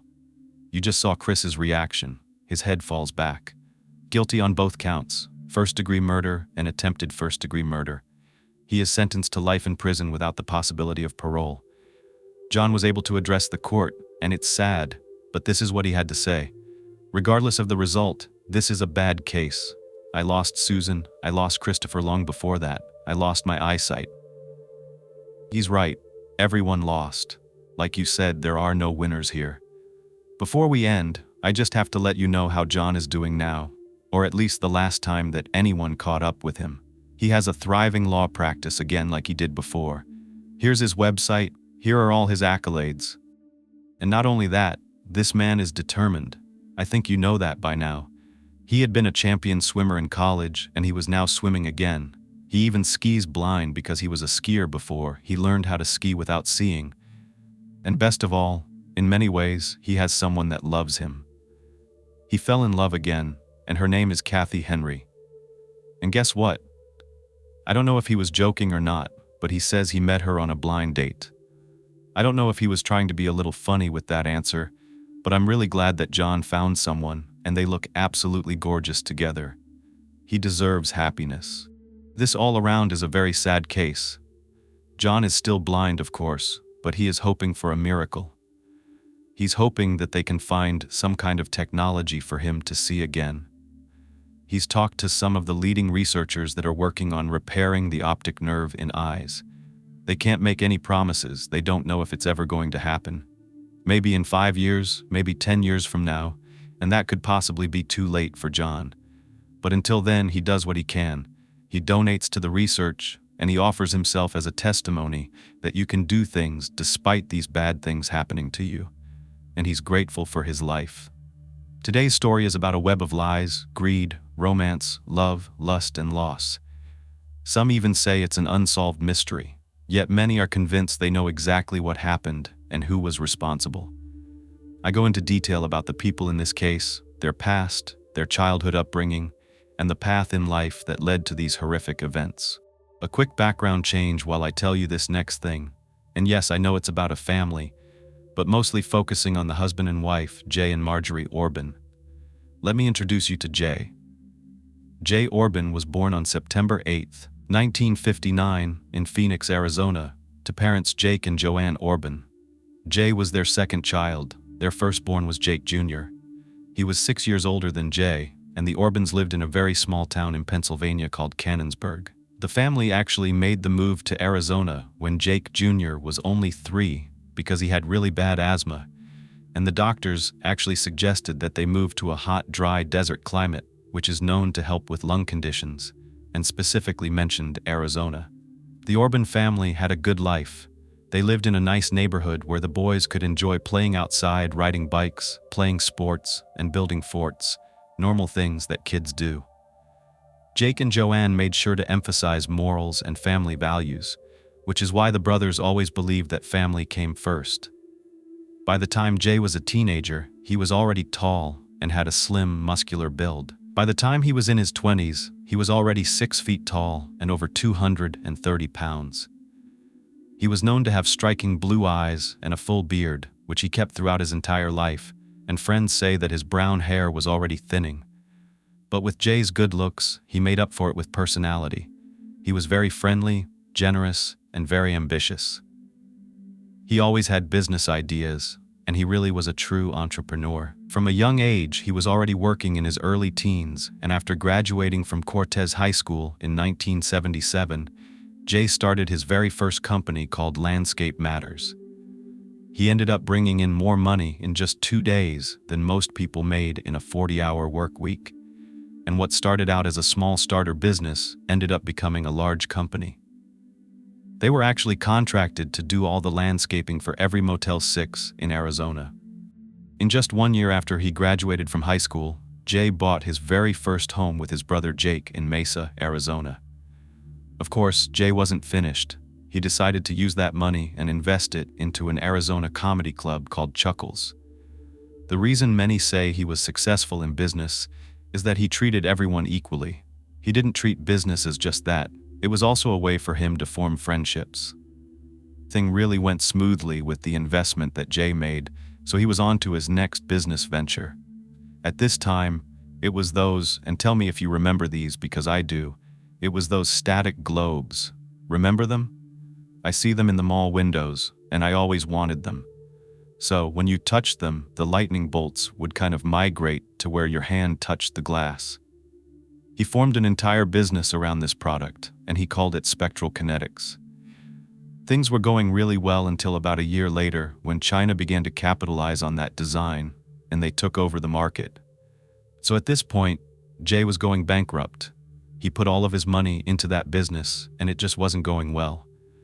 But then he met a successful businessman right in the nick of time. It was Jim Rogers. He was a jeweler, and he sold Native American-style items. So they began working together for a while, and then Jay decided to open his own Native American jewelry business, which he called Jayhawk Trader. It was only a matter of years until Jay went from bankruptcy to making over 6 figures a year. No one had anything bad to say about Jay. His customers were very loyal, and it was a specialty-type business, so he had a lot of repeat customers who would like to decorate their homes or collect Native American jewelry and items. They described him as kind, friendly, and always putting the customer first. He had a great sense of humor and a big, white, toothy smile that would just light up a room. He was larger than life and the center of attention whenever he entered the room. He just had a big network of acquaintances and friends, and he was charming, as you could have expected. His charm worked its magic on women, that's for sure, because Jay attracted a lot of women to him. As a matter of fact, friends say he was always surrounded by gorgeous girls. But it went beyond dating because Jay had somewhat of an obsession with strip clubs and, well, strippers. Now I know some of you don't like when I do trigger warnings or explain things, but I'm going to be using the word stripper. I do my best to make sure that I'm not going to be offending anyone or using a derogatory term. There is the word exotic dancer, but they seem to be interchangeable. However, I went out of my way to contact 2 women that are strippers, and they said to use the word stripper. So if that is offensive to you, it is not my intention, but it's also very easy to explain the story if I just use one word, so I'm going to be using the word stripper. Jay was a regular at Arizona strip clubs, including Bourbon Street Circus, and he would go with or without his friends because he knew everyone at the club, so he didn't really feel like he was ever by himself. All the girls he dated were in shape. They were beautiful. He had a thing for big boobs as well, so they usually had those too, and almost all the girls he dated were strippers. He was known for dropping hundreds if not thousands of dollars at strip clubs, anything from giving the girls cash to expensive gifts. He had so many different girlfriends that his friends couldn't keep track. He really was living his best life, and he had wads of cash. In 1984, he decided to buy a house. It was on an acre of land in Phoenix. It was everything a bachelor could want. It had a pool, barbecue, a backyard with a volleyball court, and of course, plenty of beautiful women. He always had a party going on at his house. The seemingly good life had its downfalls for sure, and one of them was that Jay attracted women who used him for his money. He would be so smitten with their good looks and their sex appeal that he would get himself involved in their problems, and then he would end up feeling obligated to solve them. It seemed like every girl he dated ended up needing to borrow money or a place to stay. He was so kind that he would never turn them down. These relationships would end just as fast as they started, but he was enjoying the life he was living. He was too busy working to maintain a serious relationship anyway, even if he wanted to. But one night in 1985, while he was out at Bourbon Street Circus, he met the girl of his dreams, a woman who introduced herself as Marjorie Marquise. Now, let's talk about Marjorie. Marjorie Ann Crow was born on October 29, 1961 in Miami, Florida, to William and Janelle Crow. Marjorie had one older sister named Colleen. When Marjorie was 3 years old, her mom and dad got divorced, and her mom went on to marry a man named Peter Garrett. They had a nice life together. They were above average, upper middle class. Her mother was a kindergarten teacher, and Peter was in the air conditioning business. Marjorie didn't want for anything. She had a lot of extracurricular activities. She did ballet, dance, piano, and more. She was also very well-mannered. Her mother spent a lot of time making sure she understood manners and etiquette. Marjorie grew up in an affluent suburb in Orlando, Florida. From the age of 6, Marjorie was classically trained in ballet, jazz, and tap, and she dreamed of becoming a professional dancer. She was not just talented in dance, she was also very smart and beautiful. By the time she was in her teens, she was tall and lean, with blonde hair, brown eyes, and a bright smile. Marjorie would turn heads wherever she went. In dance school, she learned all about New York City, and she craved big city life. She would train really hard to attain the lifestyle and the dreams that she wanted. She also attended one of the most prestigious schools in her area and quickly became a talented majorette. It's similar to a cheerleader, except you are with the band, twirling batons and flags. Marjorie preferred mainly older men, so she didn't quite date anyone at her high school. Her first relationship was when she was only 17. She met a man while working at a steakhouse.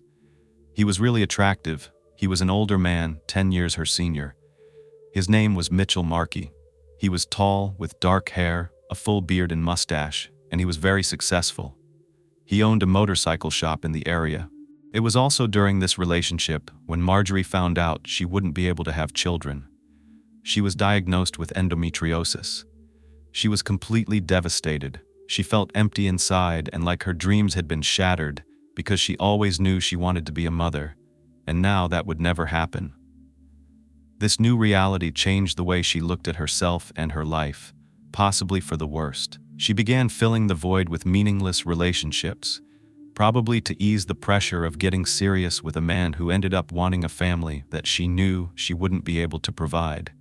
She would just go from one relationship to the next. In 1980, she started a job as a cocktail waitress at a club called the Church Street Station.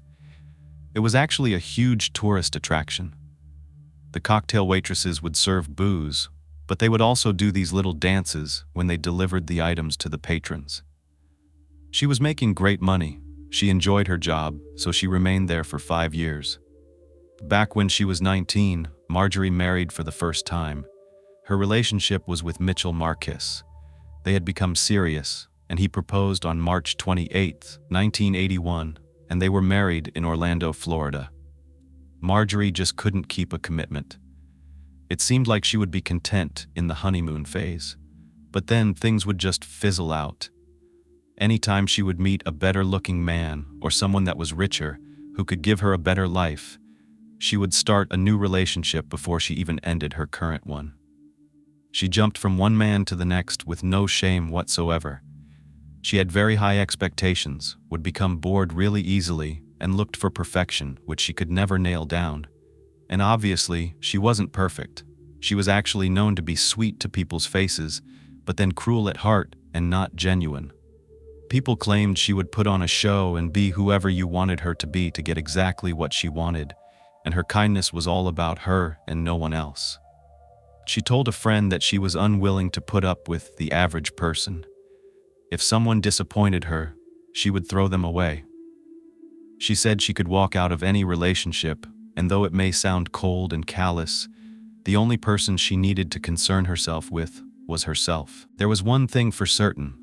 All the men in her life had one thing in common that seemed to work for Marjorie, and that was an abundance of cash. Marjorie wasn't a gold digger, according to her. She just had this tendency to attract successful people. There was just something special about her, and they came flocking to her. While she was working at Church Street, Marjorie would continue to move up the ranks. She was not only a manager, but also in charge of choreography for all the dancers. She was very dedicated and a hard worker, which meant long hours, and sooner or later she and Mitchell were growing apart. She was never home, and when her shift ended, she would party all night all over town, while Mitchell was at home focusing on serious ventures related to his own business. So, they ended up getting divorced only a year after they were married. Marjorie said she wanted to go out and do things that were not appropriate for a married woman. Granted, she was young, she was only 19. So, I can kind of understand that they broke it off amicably since Mitchell understood she was just young. At the same time she was getting divorced, she was also starting a new relationship with a good-looking 22-year-old that she met at a bar. At least she was dating someone closer to her own age, and his name was Larry Tweed. He had big blue eyes and blonde shoulder-length hair. He was muscular, 6 feet tall, and 240 pounds. He wasn't only good-looking, his family was loaded. They were from North Carolina and owned a bunch of furniture stores. Only 8 months into their relationship, they got married on June 18, 1983, in Longwood, Florida. The tables turned in this relationship, though, because Marjorie was serious about business and her job, while Larry wanted to go out and party all night with friends. He was basically too immature for Marjorie. She ended up filing for divorce only 2 years after they were married. This divorce was finalized on October 9, 1984. But before the ink had dried on their divorce papers, she met her next husband, a singer named Luke Forrest. She met him at work one night. He was performing, and she says it was love at first sight. She was mesmerized by him. He was in his 30s. He was also tall. She had a thing for tall guys, but she was around 5'8", so it made sense. He was also a country boy from Ohio, and Marjorie fell head over heels. Within weeks, they were already moving in together. However, things did go downhill pretty fast because Luke was jealous. He was manipulative and possessive. He would even take all of her paychecks, her hard-earned cash, and dictate how they were allowed to spend their money. He said he was paying the bills, but he was really gambling it all away. One time, she actually got her car repossessed while she was at work. They ended up breaking up, but got back together a few times. In 1985, he decided he wanted to move back to help his family with a new business venture to make more money. So Marjorie ended up quitting her job, and they were headed to Ohio. She trusted Luke, and that was definitely a mistake because once they were on the road out of town, Luke dropped a bomb on her. He told her that the house they were supposed to rent wasn't available for another month. She was wondering what was going on. Wasn't this planned out?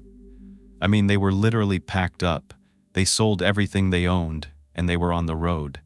She was trusting Luke's promise that they were going to make a ton of money helping his family, but Luke insisted that it would all be okay. He would give a friend a call, and they could stay at his place in Vegas. This is when Marjorie was stunned. Vegas was so far from Ohio and that whole lifestyle, and it was a huge move. She thought, okay, they're going to get settled in a new place again, and then they're going to have to move. It seemed like a lot of stress, but she trusted Luke. They were only supposed to be there for a month. She was not a stripper at this point. She was a cocktail waitress and a dancer. But soon, they were running out of money. It was expensive to live in Vegas. She still trusted Luke that things would turn around, but then he started pressuring her to strip to earn extra money, and the relationship was just toxic. Marjorie didn't understand because she was making pretty good money. So that's when she looked into their bank account and saw that he had completely drained it. There was nothing in it. His gambling was out of control. She decides to leave him and Vegas behind and heads back to Florida. But then, her car breaks down in Arizona. Things are just not going well for her, and she had no money to pay for it. It was going to be over $1,000. She was desperate. The next day, she ends up auditioning to become, can you guess? A stripper. So she ends up doing exactly the same thing she was against when Luke had insisted on it. But here's the thing. Because of her professional training as a ballerina, she wasn't the average stripper. She was elegant and treated stripping like an art form. She became the most popular stripper in the whole club and quickly started bringing in lots of cash, about $1,000 a week. She would become whatever the man wanted. She was like a chameleon. She knew how to make each one of them feel like they were the only one in the room. She loved the attention, and men loved giving it to her, especially one man, 26-year-old Jay Orbin. He was 2 years older than Marjorie, and he ordered a private dance with her for $100. He thought she was perfect, and Marjorie couldn't care less. To her, he was just a dollar sign. He definitely wasn't her type. He was overweight, going bald, and wore thick glasses. She said he looked like a used car salesman. When people say that, I actually don't know why it's seen as a bad thing. Why are we so hard on the poor used car salesman? Isn't their job hard enough? However, they did connect because of Jay's personality, and it was rare that Marjorie genuinely liked talking to someone. But she ended up spending a lot of time with Jay, even though, let's be real, she was getting paid to do it. Jay came back every night to see her, so was it really his personality or was it his cash? He started to constantly ask her to go out on dates, but she was not interested. After 2 weeks of him coming to see her, pretty much every single night, 7 days a week, he was starting to kind of rub off on her. She finally agreed to go on a little picnic date with him. It was cute and romantic at first. When they got there, he had a picnic basket and they enjoyed some food. But then, he took out this professional camera and insisted that Marjorie let him take pictures of her. She was immediately thrown off and annoyed. He wouldn't stop, and this was a total turn-off and a deal-breaker. She said she was creeped out, it was over the top, and he wasn't getting the hint that she felt uncomfortable and embarrassed, so she decided to leave. It must not have creeped her out that much, however, because she still let him buy private dances at the club. After this, A few of the other girls noticed that Marjorie was spending a lot of time with him, and the gossip began.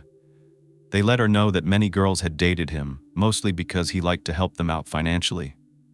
They would always take advantage of him and only date him so that he would pay their bills. Then he would just move on to the next girl. So of course, Marjorie capitalized on that and started letting him take her out on dates again. She didn't hesitate to start talking about how expensive her rent was, and of course, being who Jay was, and having a weakness for the damsel in distress, he offered to let her stay at his house for free. He explained, "I have a spare bedroom. I'm always traveling for work. You would pretty much have the whole house to yourself." So, she took him up on the offer. Remember, she has high expectations, and her expectations of this arrangement were definitely not the reality. She was not impressed by his house at all. It wasn't what she expected from a guy who was dropping so much money at the club. It was dirty, she was somewhat OCD and liked everything immaculate. There were framed pictures of naked women on the walls, and then she saw pictures that he took of other women at the club that he went on dates with, just like he had tried to do with her. Some of them were in lingerie, so it was a complete turn-off. It seemed like a college guy's dorm room for a man his age. He just wasn't well put together. There was no food in the refrigerator, and there was dust and dirt piling up. It was disappointing. Marjorie worked for hours. She scrubbed and cleaned the whole house room by room until it was completely spotless because she could not live in that filth. Of course, when Jay came home and saw this, he was even more enamored with her, a beautiful woman that can clean and cook. Sooner or later, Jay became increasingly obsessed with her. He started begging her to stay home and asked her, "How much do you make in one night of stripping? I'll just pay you." So he eventually started paying her $500 a night to stay home with him. Eventually, one thing led to another. I don't know if it was out of pity or if she actually just wanted to give him a chance, but they ended up hooking up. She says that there were no sparks whatsoever and explained he was not good in bed at all. He was sweaty, and after huffing and puffing, like rolling around under the sheets and not even knowing how to please her, he just rolled over and said, "That was so great." She didn't know what he was talking about because, to her, it was terrible, and then he just turned over and fell asleep. This was not something that she could handle because sex was very important to her, and Jay just didn't do it for her. It didn't matter how many dances he purchased or how many bills he paid, she was done. She was back on her mission to return to Florida. However, Jay told her that he loved her and begged her to be with him and have a life together, but she turned him down. He never got over her, of course. We wouldn't be talking about them if they didn't meet again, so please stay tuned to find out what happens when they do. When she finally got back to Florida, she reached out to an old friend that lived there. His name was Michael J. Peter, and they met while she was working as a cocktail waitress. He was very well known within the exotic dancing community and had actually revolutionized the way that the strip club industry operated. In 1973, he was the very first person to incorporate a more classy look and feel to strip clubs. He had bouncers who wore tuxedos, and the dancers even took classes to learn the proper way to speak to people and carry themselves. They were required to take etiquette classes. He was working in the hotel industry, so he really took a lot of those aspects and brought them into the stripping community. He was inspired to do this, he said, after visiting a club with a bunch of, as he put it, ugly girls with haggard-looking hair. They had no makeup, fat bodies, and instead, his strip clubs would only hire knockouts. They had to have perfect bodies, great hair, a face full of makeup, and many of these women would actually get plastic surgery just to work at his clubs. The entire club was decked out in such a beautiful way. They were like 5-star restaurants. They would bring the food out on a silver platter, like literally, and the strippers would come out in ball gowns before they stripped down naked. He opened his very first club called the Dollhouse in South Florida. It was very successful. It was bringing in almost 6 figures a week in just the first 6 months. He ended up opening luxury strip clubs all over South Florida and was making over $10 million a year. This is also what my dad did before I was born and how he ended up in prison. I know that some of you want to hear about that. Michael ends up giving Marjorie a job at the Dollhouse in Fort Lauderdale. That's where I was born. This city had some of the best nightclubs and restaurants. It attracted all kinds of tourists, and the clubs were a major tourist attraction. Now Marjorie was making over $1,000 a night. That's the equivalent of $3,000 today. When I was talking to the strippers I reached out to, they said this is one of the reasons it's so hard for them to abandon this industry. It's really hard to go back to a 9-to-5 job, especially because you're making cash when you're stripping. And cash is king. There's no waiting around for a paycheck. In the summer of 1986, Marjorie meets her fourth husband, Joe Canizzaro. He's a tan, dark-haired Italian man from New York, and he has a big, bright, white smile. He was doing really well. He had his own tile business. He was 33 and she was 24. In less than 2 months, they got married on October 10th, 1986. It was his first marriage, and she lied and said it was only her second. This wasn't unusual. This woman lied all the time. Remember, she's somewhat of a chameleon. She mostly lied about her past, her family, or her education. She would brag about how she could speak multiple languages, had advanced degrees, and was friends with a bunch of celebrities, which were all lies. She just craved attention and praise and thought she was larger than life. Is this possible narcissism? What do you think? Or was it just because she was young? Can you remember back to when you were 24, if you're older now? After a few months at the Dollhouse, a new idea popped into Michael's head. He wanted to start a burlesque show at the club called the Platinum Dolls, and every girl was required to bleach their hair almost white. Marjorie jumped at this opportunity. It was expected to be a hit. Michael planned to expand it beyond just the local club scene. He wanted the girls to be dancing all over the country, if not the world. This was huge. She auditioned, and you could have guessed she got a spot. Not only that, but she was given the job as the producer of all the shows. And this was really big for her because not only was she making a salary for coming up with all the costume ideas and all the dance routines, but she was also in the Platinum Dolls. So, she was set to make a lot of money. Undoubtedly, she was a badass. She was in charge of almost everything, and the girls looked up to her. She took many of them under her wing, and she became their idol. All the girls were required to look exactly the same. It was mandatory for them to be super tan. So many of them, including Marjorie, would be tanning in tanning beds every single day. That is so bad for you. They were basically risking cancer to look this way. They also had to have either large breasts naturally or get implants and bleach their blonde hair completely platinum white. If they didn't have long hair, then they had to get hair extensions. But Marjorie wasn't mad because this was partially her idea. She loved this look, and she ended up keeping it even after the gig was over. Soon, Marjorie was booking gigs all over the country, and she even hung out with Mötley Crüe. And if you've never seen the documentary on them, let's just say they are really naughty. It was 1987. She was riding on the back of Harleys down the Sunset Strip with the band in Los Angeles, and they even had her in their music video for Girls, Girls, Girls. I tried to figure out which one was her. She was in a fuchsia bikini, but I couldn't quite spot her. Maybe this was her, I don't know. But these were the best years of her life. It seems you have to take the good with the bad, and Marjorie soon got into drugs like cocaine. She swore to her friends it wasn't something she made a habit of, but her marriage started to fall apart. She actually didn't feel like she needed her husband Joe anymore.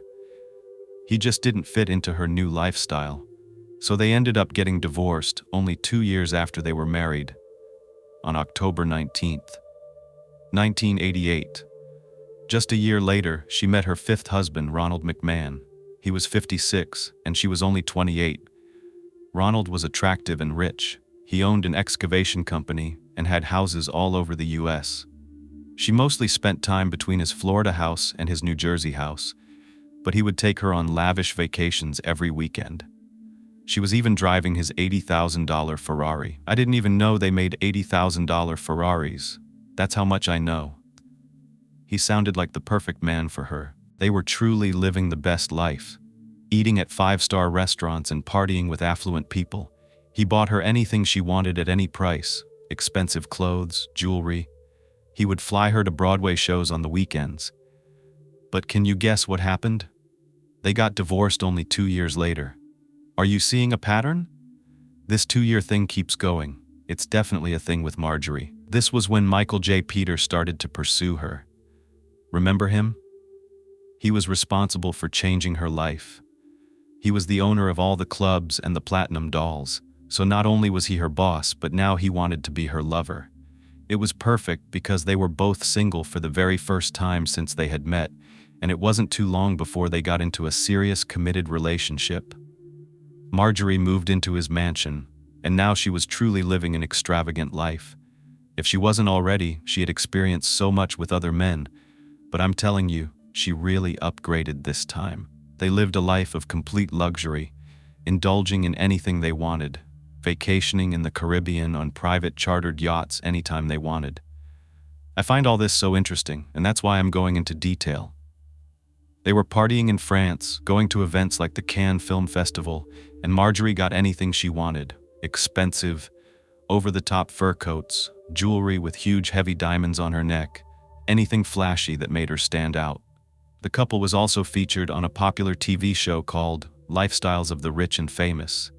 This show was all about showcasing the most extravagant lifestyles, and usually toward the homes of singers, athletes, and successful businessmen like Michael. It was kind of like MTV Cribs on crack. They went all out. They even flew a helicopter onto the property, hopping out of it while showing off their flashy outfits. Sunshine State multimillionaire Michael J. Peter, they said, and they were using those big brick mobile phones. You guys remember that? It was such a sign of being part of the 1% back then. But look at these things. They look absolutely ridiculous and make me laugh every time. You can see just how cheesy that show is looking back. By 1990, Michael had clubs all over the country and started to expand internationally. He had over 50 clubs all over the world and was now making, wait for it, $100 million a year. I don't even know what I would do with all that money. Now, this whole relationship going forward confuses the hell out of me. And I really wish it would have turned out differently, because it could have saved us from the nightmare that followed. In 1991, Michael planned a holiday trip to New York City to visit his family. It was romantic and beautiful. The city was decked out with twinkling lights and the big Christmas tree in Rockefeller Center. They stood in front of the tree, opening gifts at his parents' house with his family all right in front of them. Then he handed Marjorie one last box. You can guess what's going to happen. She opens it up, and it is a flawless 4-carat diamond engagement ring. What do you think she said when Michael got down on one knee and proposed? She says yes, of course. His family was actually shocked because Michael didn't seem like a guy who would ever settle down. But Michael says he knew she was the one and only girl for him. Remember, there's something about commitment that Marjorie seems to have a problem with. Her serious relationships don't seem to last very long. The honeymoon phase for her wears off as soon as she's locked down. When the couple returned to their normal routine, which is anything but normal in my point of view, things changed. Michael was in demand. Women were always trying to get with him. Of course, they were. Marjorie would catch them hanging all over him at clubs anytime she walked away for just a minute. It was annoying and uncomfortable. She did not know what to do about it. He said this business required him to be nice to the strippers he hired, and that she needed to stop being jealous and insecure. I tend to agree in one way because look at all the things he does for her. Why would she ever think that these women would actually lock him down? But then again, they're not fully married, and all in all, I just wouldn't want my man doing that. But she knew what type of guy he was, and she chose to get involved with him. She couldn't help becoming absolutely obsessed with checking on him all the time. She started to become really possessive, and Michael began to doubt whether their relationship was going to work. He didn't like being controlled, and it didn't seem like she cared about any of these things before he proposed. He wasn't going to become a different person for Marjorie. It actually got worse once she brought it up to him. She tried to get him to see it her way, but he didn't care what she did.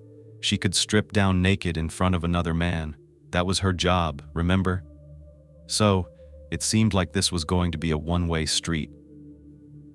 After she confronted him, it appeared he was purposely going out of his way to make her angry by flaunting all these beautiful women around. She did not trust Michael at all. They argued all the time. They were miserable. He finally had enough. He said he regretted proposing to her and that he was living a nightmare, all the while giving her the world, but it was never enough. So, he broke it off. He told her it was a huge mistake, that she wasn't the woman he thought she was, and that she wasn't a girl any guy could marry. That's why her relationships always failed. He told her the men would start to see her true self. This was devastating to her. She was about to lose everything, but deep down inside, both of them knew they could never give each other what they really wanted. Marjorie wanted a devoted husband who appreciated, respected, and doted on her, not because she was a trophy wife, but because he truly loved her. She also wanted children, even though she knew she couldn't have one. She pictured adopting and raising a family. It was 1992. Marjorie was 31 years old, and she was becoming anxious about finding a man to settle down with and start a family. It's interesting because I feel like this happens at 30. I swear, so many of my friends, and even I, felt this way. It feels like at 30, you just have this overwhelming desire to have children and settle down. It doesn't happen to everyone, but it seems like for the women who want to have children, age 30 is when you start really thinking about it more. After her breakup with Michael, Marjorie ended up getting married for the 6th time. Yes, husband number 6. He was a handsome man named Milan. He had dark hair and was Danish. He was actually one of her dance partners for a long time. They got married in April of that year, only a few months after Michael had left her. So you may be thinking, is this the one? And no, it's not, because it wasn't a loving relationship. They were merely friends. Marjorie was doing him a favor. He had no interest in her romantically. He was actually gay and needed a visa to stay in the US. She was doing him a favor so he wouldn't get deported. They did a quick courthouse marriage and a quick divorce right afterward. In early 1993, Marjorie left Florida and never went back. Instead, she headed back to Vegas in hopes that she could become a real Vegas showgirl, which is not an easy feat. She was motivated and ambitious. She packed all of her things up and was out of there.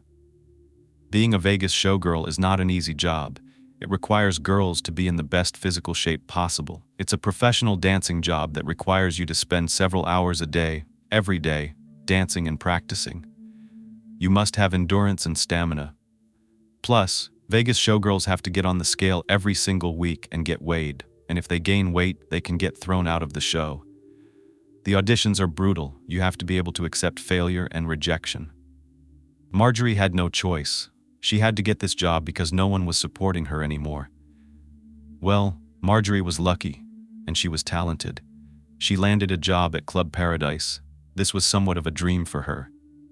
For 2 years, she danced almost every night, 5 nights a week in beautiful outfits that had feathers all over them, cute little bikinis covered in gems, sequins, and rhinestones. Of course, you could have guessed she attracted a lot of men and had a number of casual relationships.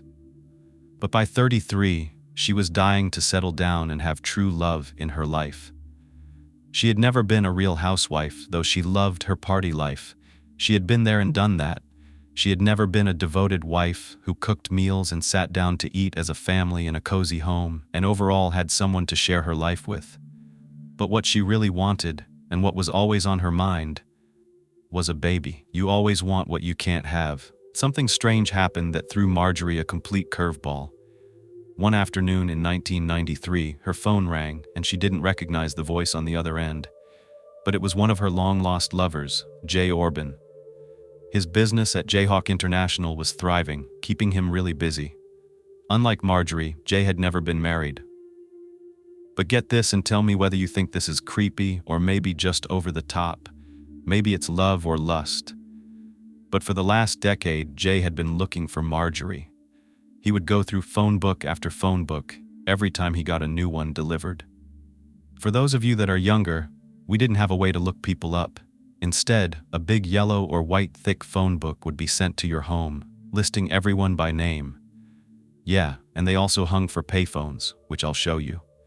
He searched and even called anyone with a similar name, probably over 100 women all over the United States, with no luck. Dedication or obsession? You tell me. She was definitely caught off guard and didn't know what to think. So, she asked, "Okay, so how did you finally end up getting this number?" He told her he traveled a lot for work, and though he lived in Arizona, he was driving through Vegas and spotted a huge billboard for the club called Paradise Dancers. He said he almost had a heart attack, and that his heart definitely skipped a beat because there she was, Marjorie. Then he explained that he kept seeing her face everywhere he went in Vegas. She was on bus stops, taxi cabs, flyers, and on the sides of buses. It was all over the city. He just couldn't stop thinking about her and felt like he really needed to reach out. It was like a sign. At that point, he knew she was definitely in Vegas, so he ran around trying to find a payphone that had a phone book. He went through it until he found her number.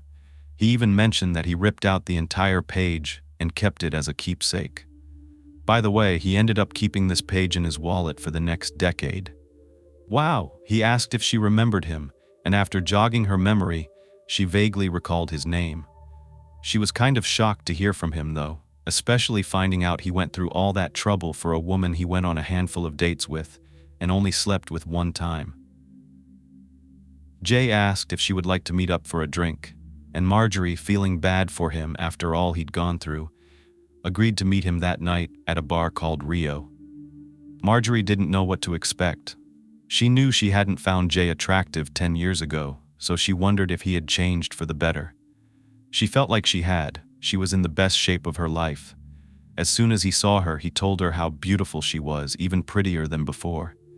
On the other hand, Jay did not look better. He looked the same, maybe worse.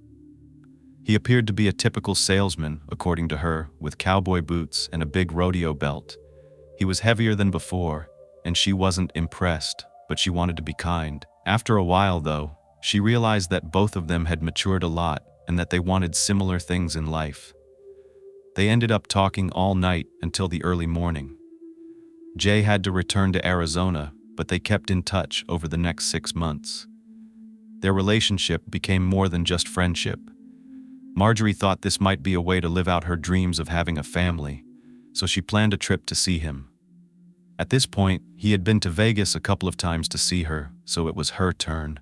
Their relationship had become physical, and they ended up having sex a few more times before Marjorie flew to his house. She still wasn't satisfied in the bedroom, but she was willing to put that aside if Jay checked off all her other boxes, no pun intended. Jay had a new house, but the tacky posters of naked women were still all over the walls. At least he had food in the house, and he had maids to keep it clean. He was obviously trying to put his best foot forward for Marjorie. They had a great time together, and after a week, she packed up her stuff and was ready to fly home. Then Jay pulled her aside, got down on one knee, and she couldn't believe it. "Damn. You know, I can't even get one guy to marry me, not one, and here she is on husband number 7. I wonder how much all of those rings would cost combined." Jay was sitting there waiting for her to answer, and she was just staring off into space, thinking through all the thoughts running through her head. She would have to leave her life of luxury behind. She wouldn't have the same opportunities or earning potential. She would have to rely on Jay, you know, the type of guy she dated before. He was no Michael or Peter, that's for sure. She left, and he fell to the ground, angry and completely heartbroken. They did keep in touch here and there, and Jay knew he wouldn't give up. He would find a way to make her his. He wouldn't take no for an answer. A year later, he was back in Vegas, waiting outside her apartment until she got home. I don't know how I feel about that, but she was surprised to see him. She invited him inside though because, you know, he was her friend, someone she dated. He immediately wanted to have a serious sit-down conversation, as if he had rehearsed this a million times. And he probably did. He wanted to be with her and only her, and he would do whatever she wanted for her to agree to be his wife. It was a heavy conversation. Marjorie was feeling vulnerable after Jay poured his entire heart out to her. She didn't open up to people very often. She didn't form strong bonds with the men she dated or even married. It was like the floodgates opened up. She broke down and told him everything she wanted in life, how badly she longed for a child. Then she revealed the secret she had been hiding from all the men she had been with. She was infertile. It was such a flaw to her that she cried, and through those tears, she told him that she had everything she'd ever dreamed of in life except for a child. She would do anything to have one. Now I know you might be thinking, okay, she's telling him this just like she told him back in the day that rent was too expensive. Part of me thinks she was doing this on purpose, trying to provoke a reaction from him to help her. But then I thought, she had the opportunity to do that with any of the other men she was with. She could have adopted children at any point in her life. So why would she specifically want Jay to do this? Jay, on the other hand, said he would do anything. He knew what he had to do. He told her if she married him, he would do everything he could to make her a mother. He promised he would look into fertility clinics right away. Is this crazy? It kind of felt like a business transaction to me. He was used to negotiating contracts in his favor, and this seemed no different. He made her an offer she couldn't refuse. Before long, they eloped at the infamous Little White Wedding Chapel in Vegas. They didn't tell anyone they were getting married, not friends, not family. Now Marjorie did want to look her best for Jay, because even though she was on her lucky number 7 husband, it was his very first marriage. She wore a beautiful white gown with a very low, plunging neckline, and I'm sure you can guess what she was hoping Jay would enjoy looking at. She did look really pretty. Here they were, the happy couple. Or were they? He looked happy, smiling, but I felt like Marjorie had almost a smirk on her face, like, I'm finally gonna get what I want. Neither of them had any clue just how tragic their union would become. Marjorie's dreams were coming true. She left her showgirl lifestyle behind to become a housewife, and you know what? She was excited. I feel like housewives carry the same stigma as used car salesmen.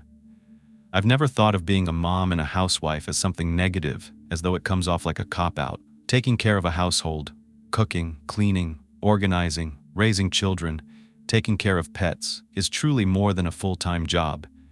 I believe anyone who dreams of being a devoted homemaker should be proud of themselves and respected. It's not a cop-out. It's stepping up and making sacrifices to make other people happy. If that truly makes you happy, that's all that matters, and this is how Marjorie saw things. But the grass is always greener on the other side, isn't it? Marjorie had been around the block a few times, and she developed her own theory on men.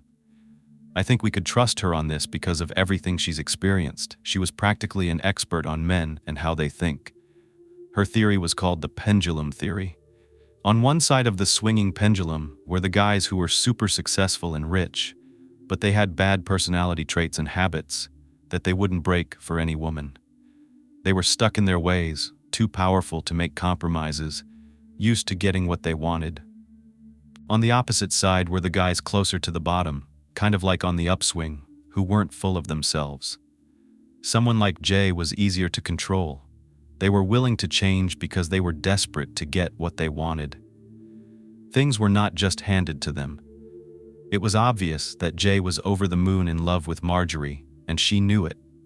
He would do anything for her. In their agreement, Marjorie had a counteroffer that Jay accepted. She said she would marry him and get started with the fertility treatments right away.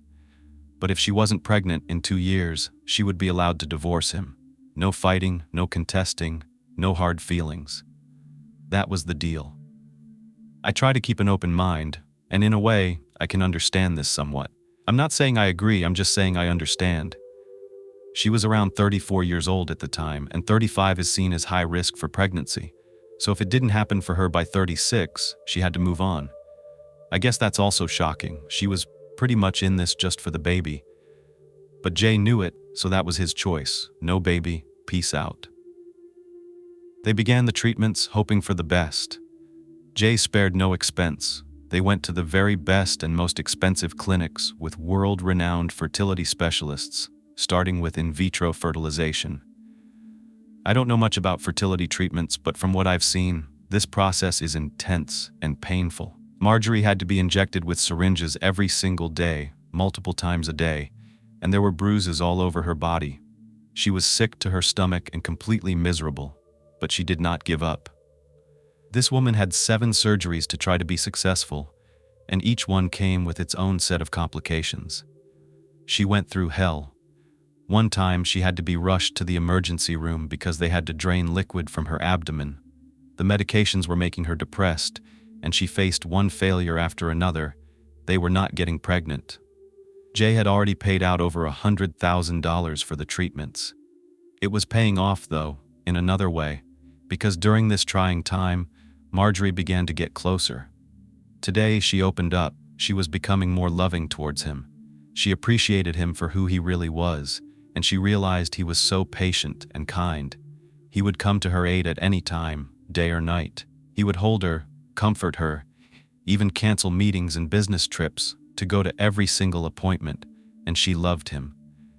She broke down one night, and maybe it was the hormones, but she told him that even if she didn't get pregnant, she was going to stay with him. As loving as Jay was, his parents were a different story. I mean, he did bring home a stripper from Vegas after eloping in secret, and now he's paying hundreds of thousands of his hard-earned cash to get her pregnant. That's the way it can look. They were shocked when Jay finally told them, and when they met Marjorie, they didn't really think she was right for Jay. She just didn't fit into their family. They were average, ordinary people. They lived a simple life.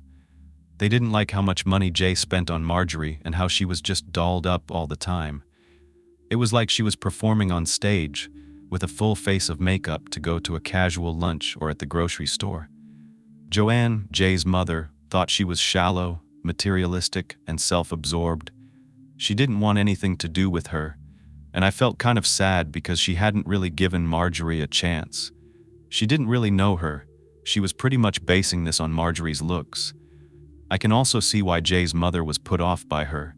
Mothers want the best for their children. It would hurt not being accepted by her husband's family. But Marjorie just didn't really care. She chalked it up to Jay's mother being jealous of how pretty she was and how much Jay loved her. Does this really happen? Does a mother-in-law become jealous of her daughter-in-law? Jay never addressed this with his mom. It seemed like he was completely oblivious to any tension. Marjorie could tell that Jay's mother and father did not approve of their relationship, even though they didn't even know she was a stripper. She lied and told them she was a choreographer. She also said she was a widow, that she had been married only once before when she was really young, and that her late husband was killed. Yeah, she told everyone that she and her husband were driving on a busy road in Florida. Someone came out of nowhere and hit them, and they crashed. She was then in a coma for 6 weeks, and when she woke up, they told her the devastating reality that her husband had been killed. Of course, his family felt horrible for her and what she went through, especially because she said that she was on life support and had to have multiple surgeries on her face in order to conceal all of the scars. That's a pretty intense lie, and I'm really nosy. I'd be asking to see a picture of her ex. I'd want to find out what his name is. I want to try to look it up in the newspaper articles. I'm just a total skeptic. And that wasn't all she lied about. No, listen to this. She said she had 8 brothers and sisters, that her parents had 9 children, and her family was really large and loving, and they were all doing amazing things all over the world. She also lied that she was a twin. A twin? Okay, and we're never going to see this twin? We don't know anything about this twin. No pictures, no nothing. If she was really planning on staying with Jay, wouldn't they want to see this twin at some point? But it was a twin brother, so maybe she would end up just, if she had to, paying a male friend to come over for dinner. I don't know, but her supposed twin is this famous model, and he's an escort. He just moved to South Africa with an older woman whose husband just died. Like, I don't know if she was testing whether the family would be shocked and judge him that way. She would know whether she could ever admit she was a stripper. I could not think of any other reason why she would lie about this. Then she goes on to show Joanne a picture of this hot blonde guy in some random magazine and pretends that's him. She is off her rocker. Oh, and her sisters are also twins, so they have 2 sets of twins in the family, and her twins are dancers for Siegfried and Roy. This is just too much, and her mom and dad supposedly died. Too bad for her. Some of her lies kind of fell apart because her real sister, and she only has one, dropped by one day for the holidays while driving through Arizona because she's actually a long-haul truck driver, not a model, and she's definitely not someone who would be dancing on stage. Marjorie is completely embarrassed. So, as soon as Colleen leaves, she tries to excuse all of her lies. She says, "Yeah, a couple of years ago my sister found out that her husband died, and she remarried to one of her friends because he was like consoling her. But then she found out he was having an affair with a lesbian that was renting a room in their home." I'm trying not to laugh, but I can't take the lies. I don't understand the point. Jay's parents had no reason not to believe these lies, but Jay's brother Jake Jr. didn't buy it. He told his parents she's absolutely ridiculous and said he thought she was a pathological liar. The parents are kind of putting two and two together, and they wonder, is anything that comes out of her mouth true or not? Jake was not a fan of Marjorie. I wouldn't say he hated her, but he didn't trust her, and he just wished his brother chose someone else. At this point, he's definitely keeping an eye on her. Mother's intuition, we've talked about that before, and Joanne had this bad gut feeling about Marjorie, and it just wouldn't go away. She would tell Jay's brother all the time that she had this overwhelming feeling of dread and concern over Marjorie. The family had no choice but to accept her because they love and respect Jay. They didn't want to lose him.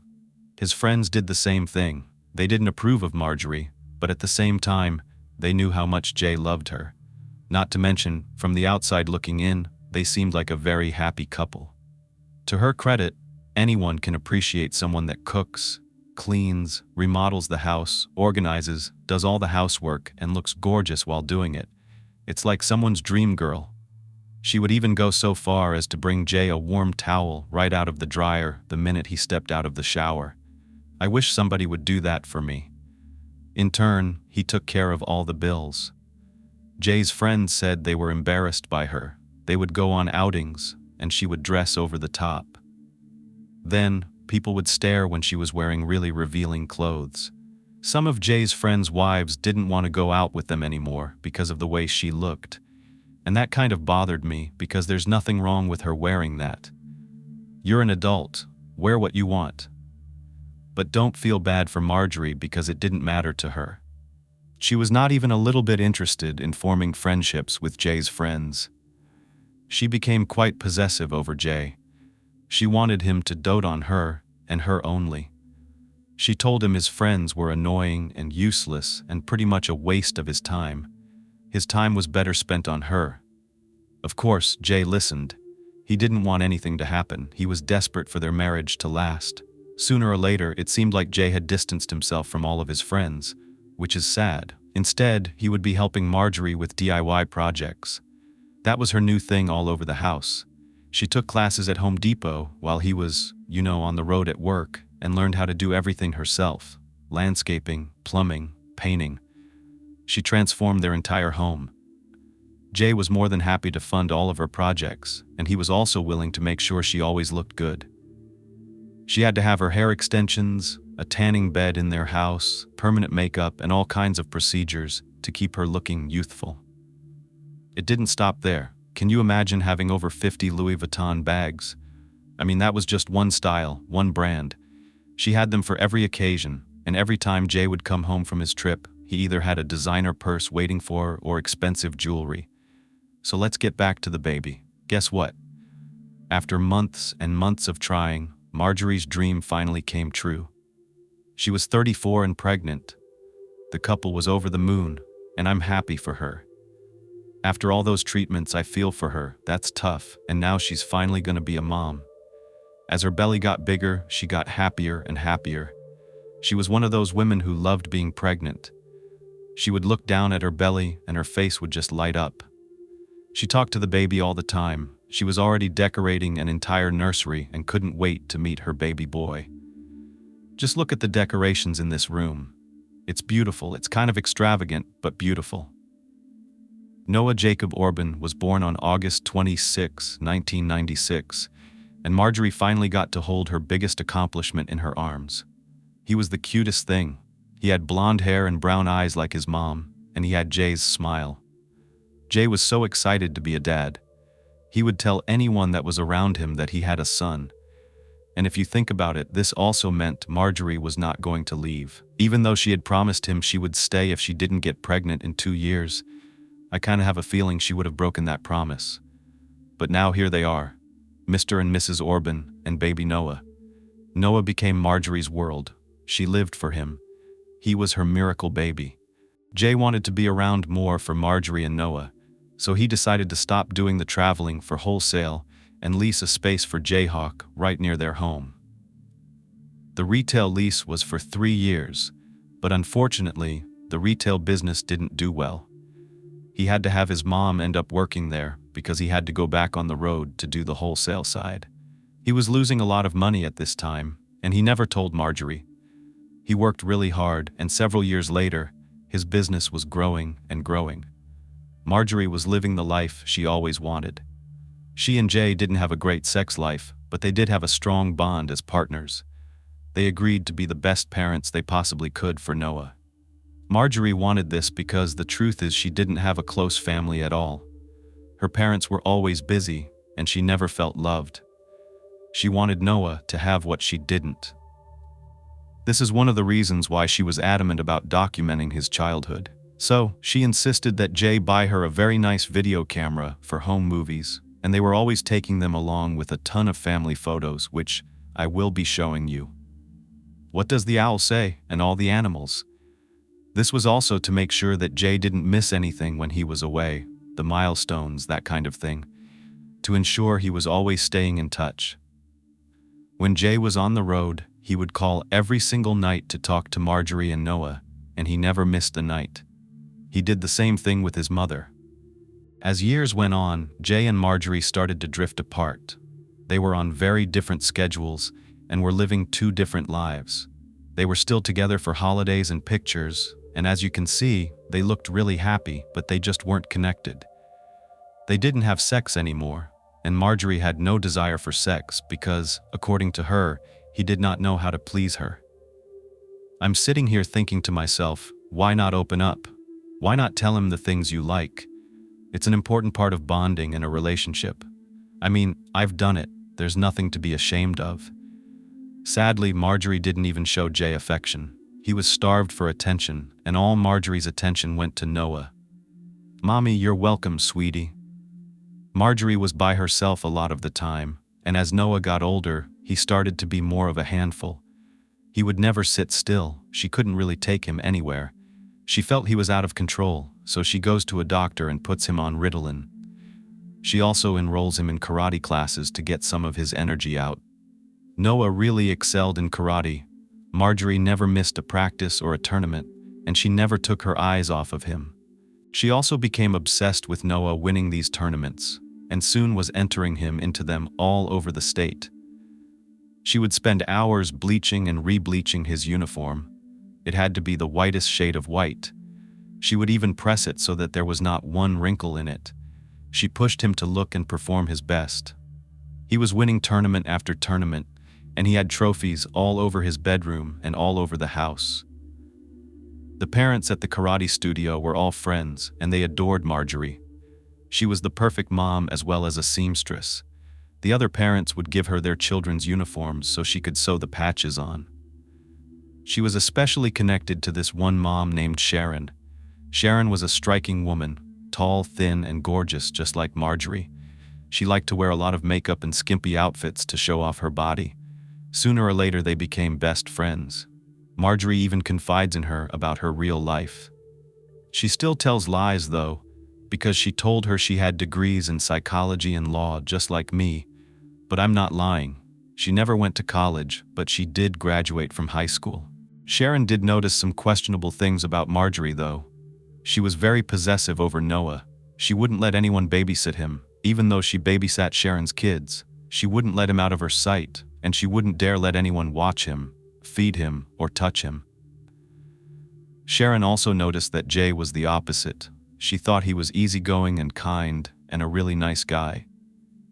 She would tell Marjorie all the time how lucky she was, But also, you know that sometimes when it's your first kid, especially when they're really little, you are really overprotective, especially with everything that Marjorie went through. Maybe that was normal. When Noah was about to start kindergarten, Marjorie told Jay they were going to need a bigger home closer to better schools. He purchased an almost 3,000 square foot home in an upscale neighborhood in Phoenix. I actually think this is in Scottsdale because I looked it up, and I believe this is it. 17445 North 55th Street. I found it on Google Maps. You know me, I like to research a lot, and I dug up some old pictures from a realty site. I bet this is similar to the way that it used to look.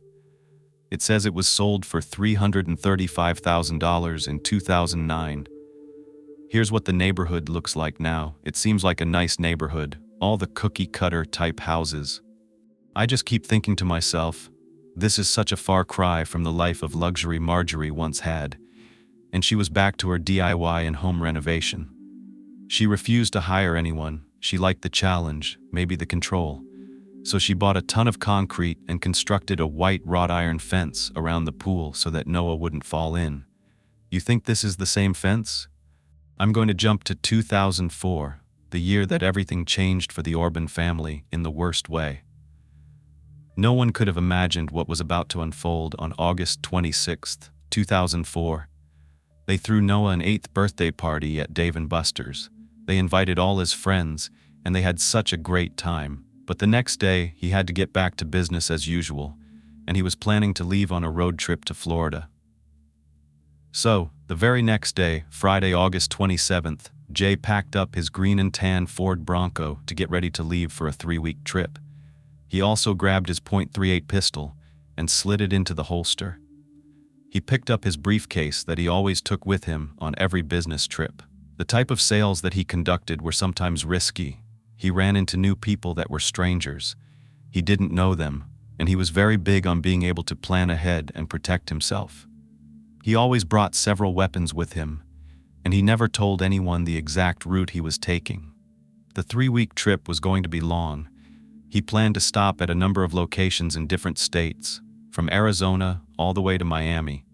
But on the last leg of his trip, while he was in Pensacola, Florida, he hears on the radio that a hurricane, Hurricane Francis, is coming toward Central Florida. It was terrible. If you've never been in a hurricane, it's nothing to mess with. This particular storm was the second most intense in the Atlantic during 2004 and very destructive. The storm's winds were at 145 miles per hour, and it was a Category 4. It only goes up to a Category 5. It caused $10 billion in damage, so it's a good thing Jay decides to cancel this part of his trip, turn around, and go back to Arizona. Of course, he's frustrated. He's driven all of that way. But it's going to be his 45th birthday in a few days, on September 8th, so he figures he'd look on the bright side and get to be with his family. After all, on September 7th, he's only 120 miles away from his home. He's in Tucson, where he rents a hotel room and spends the night. The next day, September 8th, he just made it to Phoenix when he gets a call from his mother wishing him a happy birthday. They talk for a little while, and he tells her he's almost home. He'll call her back, talk to her soon. Here's where the real mystery begins. Something goes wrong because Jay never makes it back. He disappeared. It's like he vanished without a trace. It wasn't like him not to stay in touch. A week goes by when his mom really starts to worry. Everyone seemed worried, but Marjorie didn't. She said, you know what? He called on his way back. He planned to make a quick stop home for a couple of nights to regroup and then head back on the road to make up for the money he lost. That's when Marjorie broke the bad news to Jay that she and Noah were really sick with strep throat. She said Jay did not want to risk getting sick because it would set him back even more, so he would just roll through, stop at his warehouse, and jump right back on the road. He was supposed to be away anyway, so it wasn't as though the family would be upset or anything. Plus, he was on the road all the time. She says that he's been calling her and keeping in touch. He just probably doesn't have time to call everyone because he's tied up and he has to make up for all the business deals he lost. She tells them not to worry. She'll tell him to call them the next time he calls. The days roll on though and nobody hears from him. His mother is frantic. Even if it's true that Jay needs to continue his trip, why wouldn't he have simply called and told his mom? Especially since he was supposed to stop by that night to celebrate his birthday. Joanne feels like something had gone terribly wrong. She wants Marjorie to just call the police and make a missing persons report. Marjorie says it's fine. She says Jay wouldn't be home till September 20th, but she talked to him a couple of days ago and he was fine. But Joanne just kept wondering, why is he able to call Marjorie and not his family or his friends? His friends and family were calling him, leaving all these messages. It wasn't like Jay to ignore them. It did not add up. There was a glimmer of hope though, because finally September 20th comes around. Jay's mom gets a phone call from Jay. She saw the number and she sighed in relief. When she picks up, there's nothing there. There's no one on the other line. It's completely silent. She's calling his name. He's not responding. She's scared. She relays this message to Marjorie. Marjorie says, "You know what? I just called him. I left a message to see what's going on. I'm sure it's nothing." Jay's friend then gets a call from Jay. Same thing happens. There's no one on the other end, just dead air. So, what would you be thinking? I would be thinking, okay, is someone gonna ask for ransom? Are they trying to figure out who to talk to? What is going on? They decide they need to do something. On Wednesday, September 22nd, Marjorie finally calls the Phoenix Police Department and makes a missing persons report. She tells them he was expected home a couple of days ago, and the family's worried. 2 days later, an agent was assigned to the case. Her name is Jan Butcher. She calls Marjorie because she needs information so that they can search for Jay. Something I found ironic, interesting, I'm not sure, but the detective really was an identical twin. Her sister Lynn was a police sergeant. Marjorie's calm. She tells Detective Butcher that she had talked to him on the 17th and that she has no idea where he could be. Detective Butcher is not new to this game, and she sensed there was something off about Marjorie. Usually, wives are out of their minds with worry. They're completely losing it. They're inconsolable. But not Marjorie. She just told them, "I'm not worried. He'd be back. He's street smart. He knows the ropes. He can take care of himself, and he has protection in case anything happened." The only reason she was making the report was to satisfy his parents. Butcher talks to Jay's parents, and they say he's been missing for 2 weeks, not 2 days, and that changed everything. They know he carried a lot of cash with him, very expensive jewelry. They knew he met with strangers, and they were worried he got jumped, or because he drove a really old, beat-up Bronco that ran like crap, he had issues and got into a wreck or broke down somewhere. Something wasn't right. This is when things started to unravel. They started digging into Marjorie's life.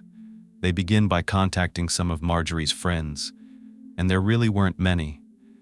They start with the neighbors, and it turns out Marjorie wasn't friendly with anyone in the neighborhood.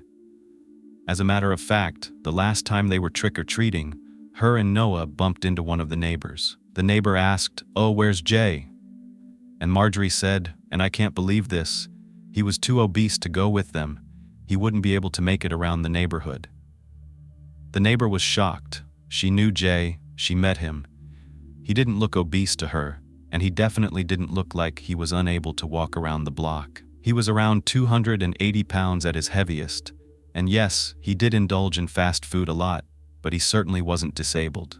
When they contacted Marjorie's friend Sharon from the karate studio, they started to see some of Marjorie's true colors. Sharon was quick to let the detectives know that she and Marjorie were not friends and that she was nervous even talking to them. She said she was terrified of Marjorie, but was willing to let them know what she knew. She said Marjorie told her the whole marriage was an absolute joke, and I can't believe this, but I kinda can, 'cause she lies so much. But this one's really mean. She says that Jay was sterile, and that's why they had to do fertility treatments, and that these treatments stripped his sperm of DNA, and so it just leaves the sperm to allow Marjorie to get pregnant.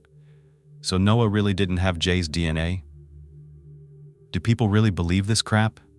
She went on to trash Jay even more, saying his penis was so small that they couldn't have sex, and he was jealous and controlling.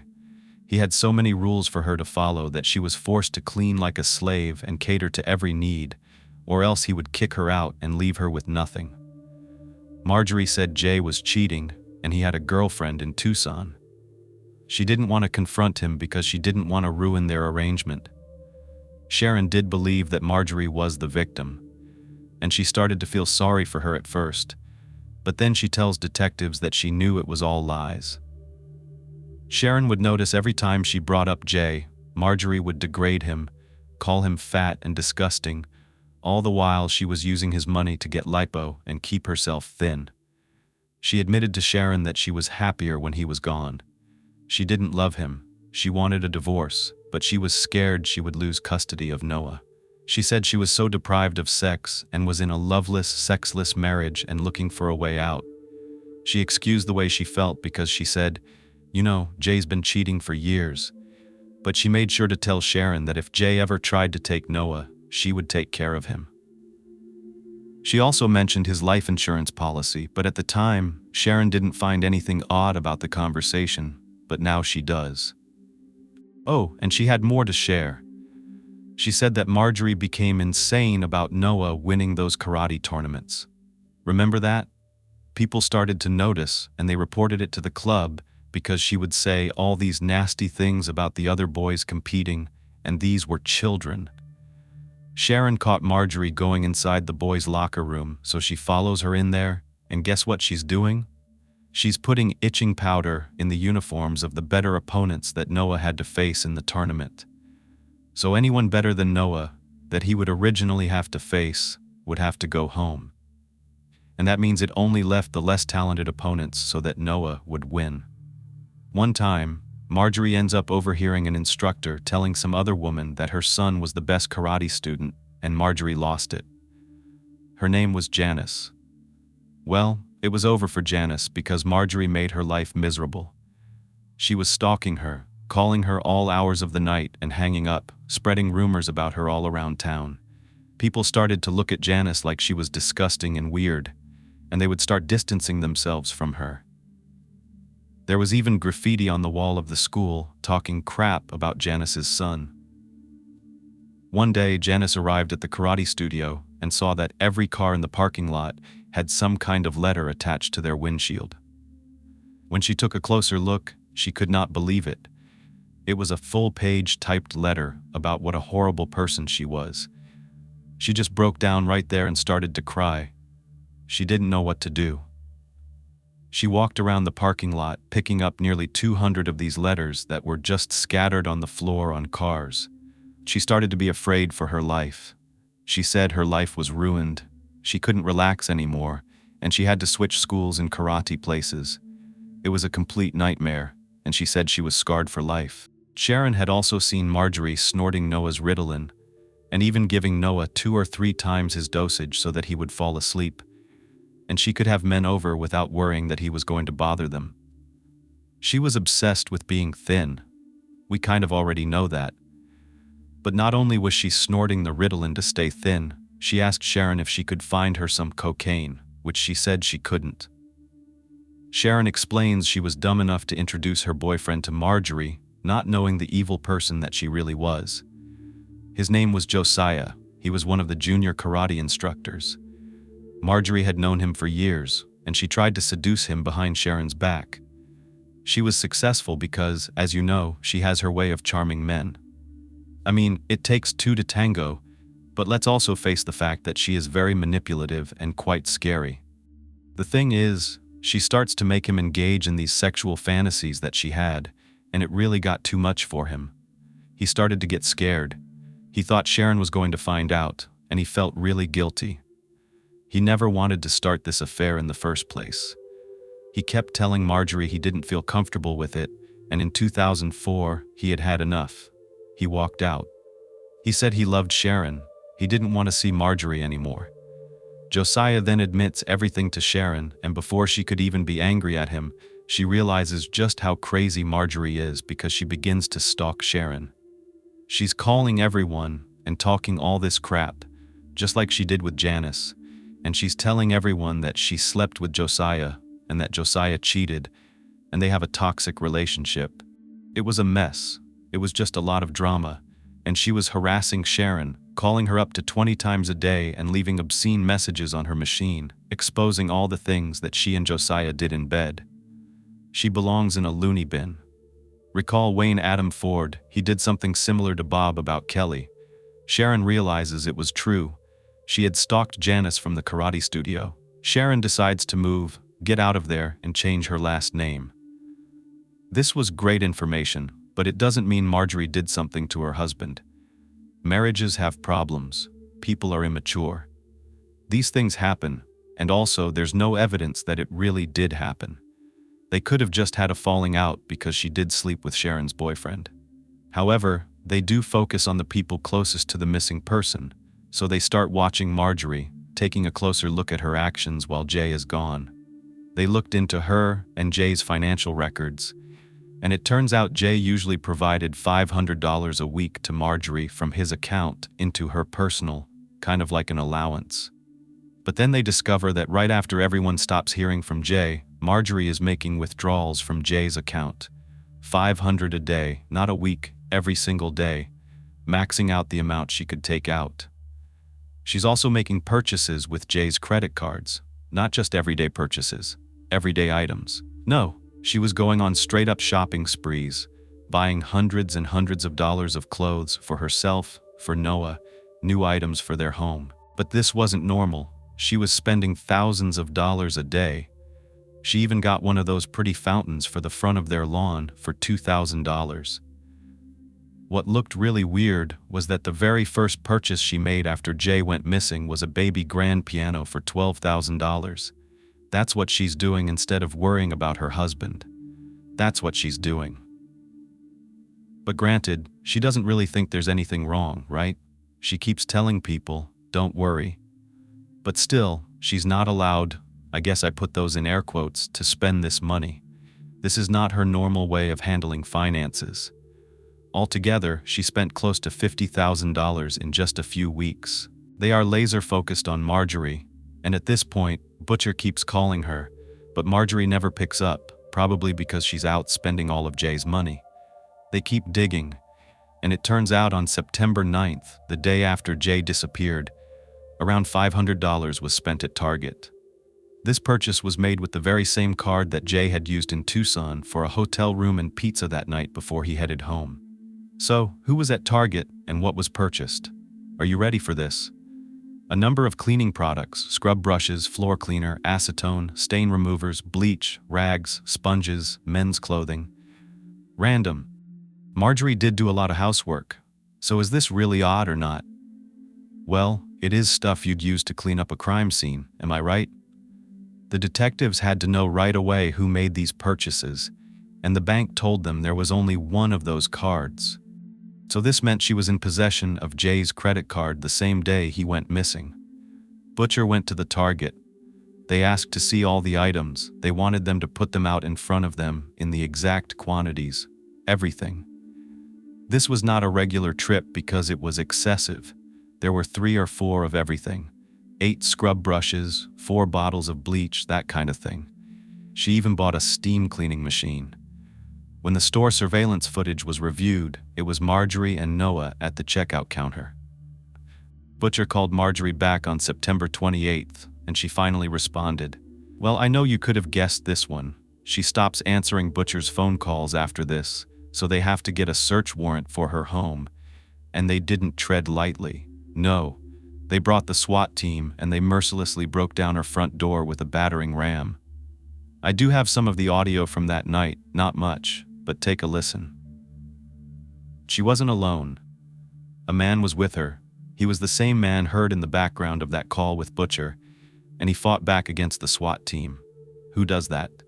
They have to end up tasing him. He falls flat on his face, he breaks his nose, splits his head open. Ouch. It looks like it really hurt. Why be so defensive and fight the SWAT team? And poor Noah, he's in the house, which is so sad to me. This poor little boy has to watch or hear all of this. Now detectives move in to search the premises. They notice that all of Jay's pictures have been removed from the frames.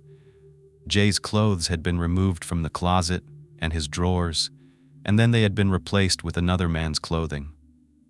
They find his wallet, all of his credit cards, plus the checkbook he used for all of his business deals, and he never left home without it. He would have had to come home because these cards and checks were used on that trip. They find out the men's clothing belongs to the man they tased. His name is Larry Weinsberg.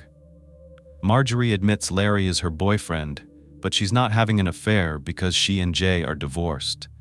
Larry was a 60-year-old bodybuilder, and he tells police he only knew Marjorie for a few months. Typical, they met at the gym, and he admits that they had a sexual relationship and had gotten more serious just a few weeks ago. He would come over when Jay was out of town, but Marjorie had explained the marriage was over and that she was free to do anything she wanted. They were separated, according to him, and Jay was paying for his own place. Marjorie told Larry that he could actually move in with her. Could this be why all of Jay's clothes are missing? His pictures were taken down because it would have been awkward to keep them up since they're divorced. Larry swears he has no idea where Jay is or what could have happened to him. It's all way too confusing. Jay's family said no one ever told them about any kind of divorce. Marjorie explains she and Jay had been divorced for years. They did it for financial reasons, and they stayed together for Noah just until he turned 18, and then they would move on. And they had been allowed to see other people already after more investigation. They find out that on the afternoon of September 8th, Jay did go to his warehouse.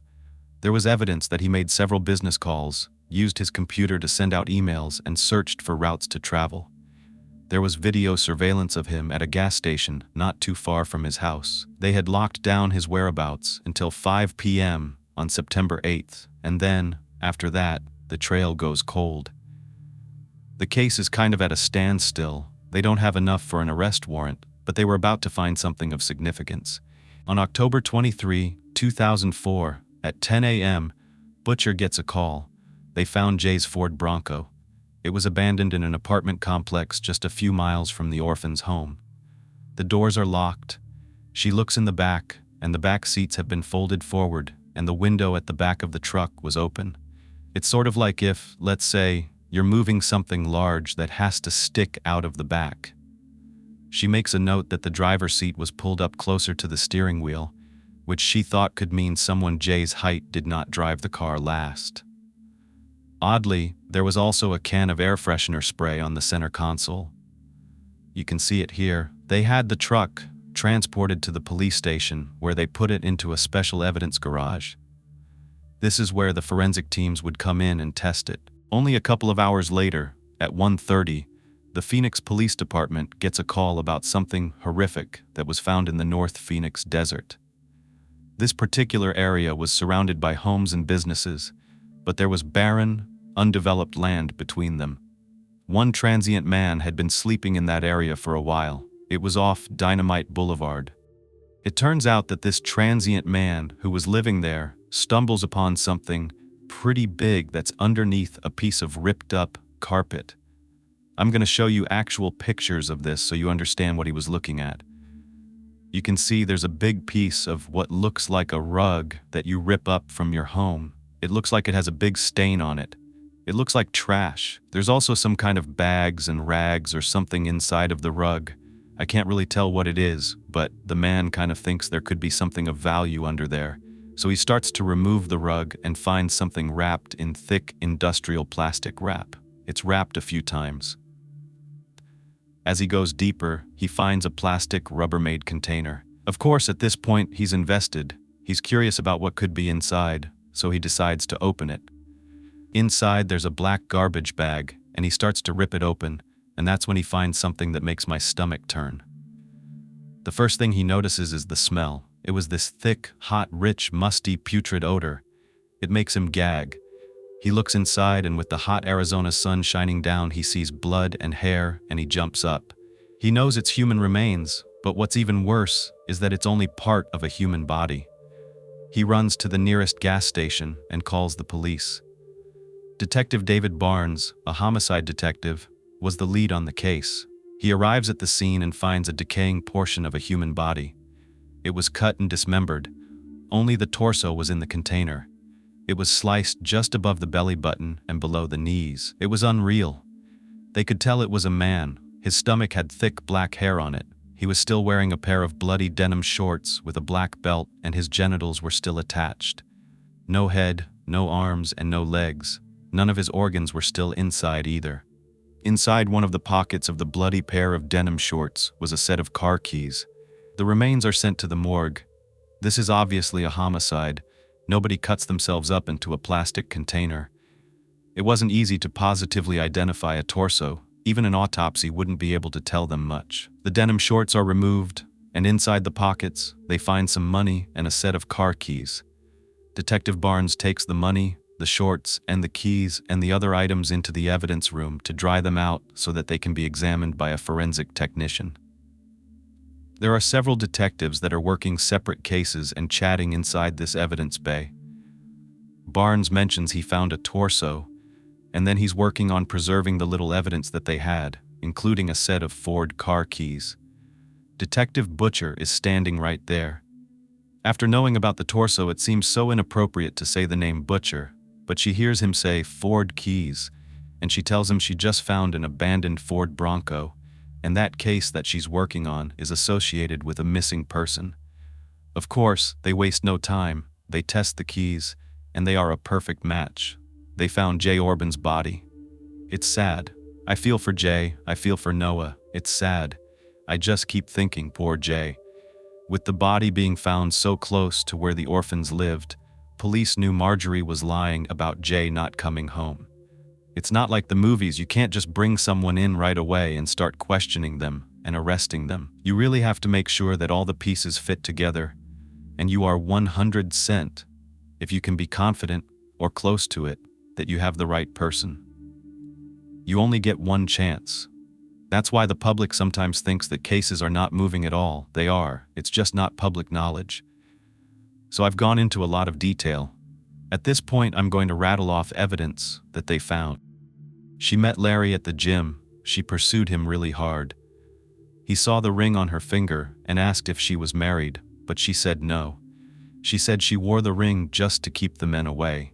She said she and Jay had been divorced for 7 years. They started going on dates, her and Larry, and by the way, she had a babysitter on the nights that she was with Larry, and it was none other than Larry's own daughter, Jody. Jody was in her mid-30s. She had kids of her own, and one of them was the same age as Noah, and they played together. She would go on to tell Jody she longed for a real family man like Larry, a good father figure for Noah, and that just makes me so angry and so sad, because Jay was a good guy. We can see that Jay is a good dad. He loves his son. Larry gives them dozens of love letters that she wrote to him about how she felt like it was living in a movie when she was with him, and every time she stared into his eyes, she would melt. Once again, she's telling lies about his sperm, but she tells Larry that Noah is not Jay's child, that his sperm wasn't strong enough, so she had to get a donor. Larry explains that, by August, basically a month ago, they were in a committed relationship. She's pushing Larry to sell his home. She wants to sell hers so they could combine the money and get an even bigger house. Larry had become a fixture in her and Noah's life. If you can believe this, she had Noah calling Larry dad. This woman is evil, or is she? September 9, the day after Jay was expected home, Marjorie keeps Noah home from school saying he's sick. At 5 p.m., she makes that trip to Target to get all the cleaning supplies. The next day, a not sick Noah goes back to school around noon. Marjorie goes to Lowe's and makes another purchase, and this is the one that is very questionable.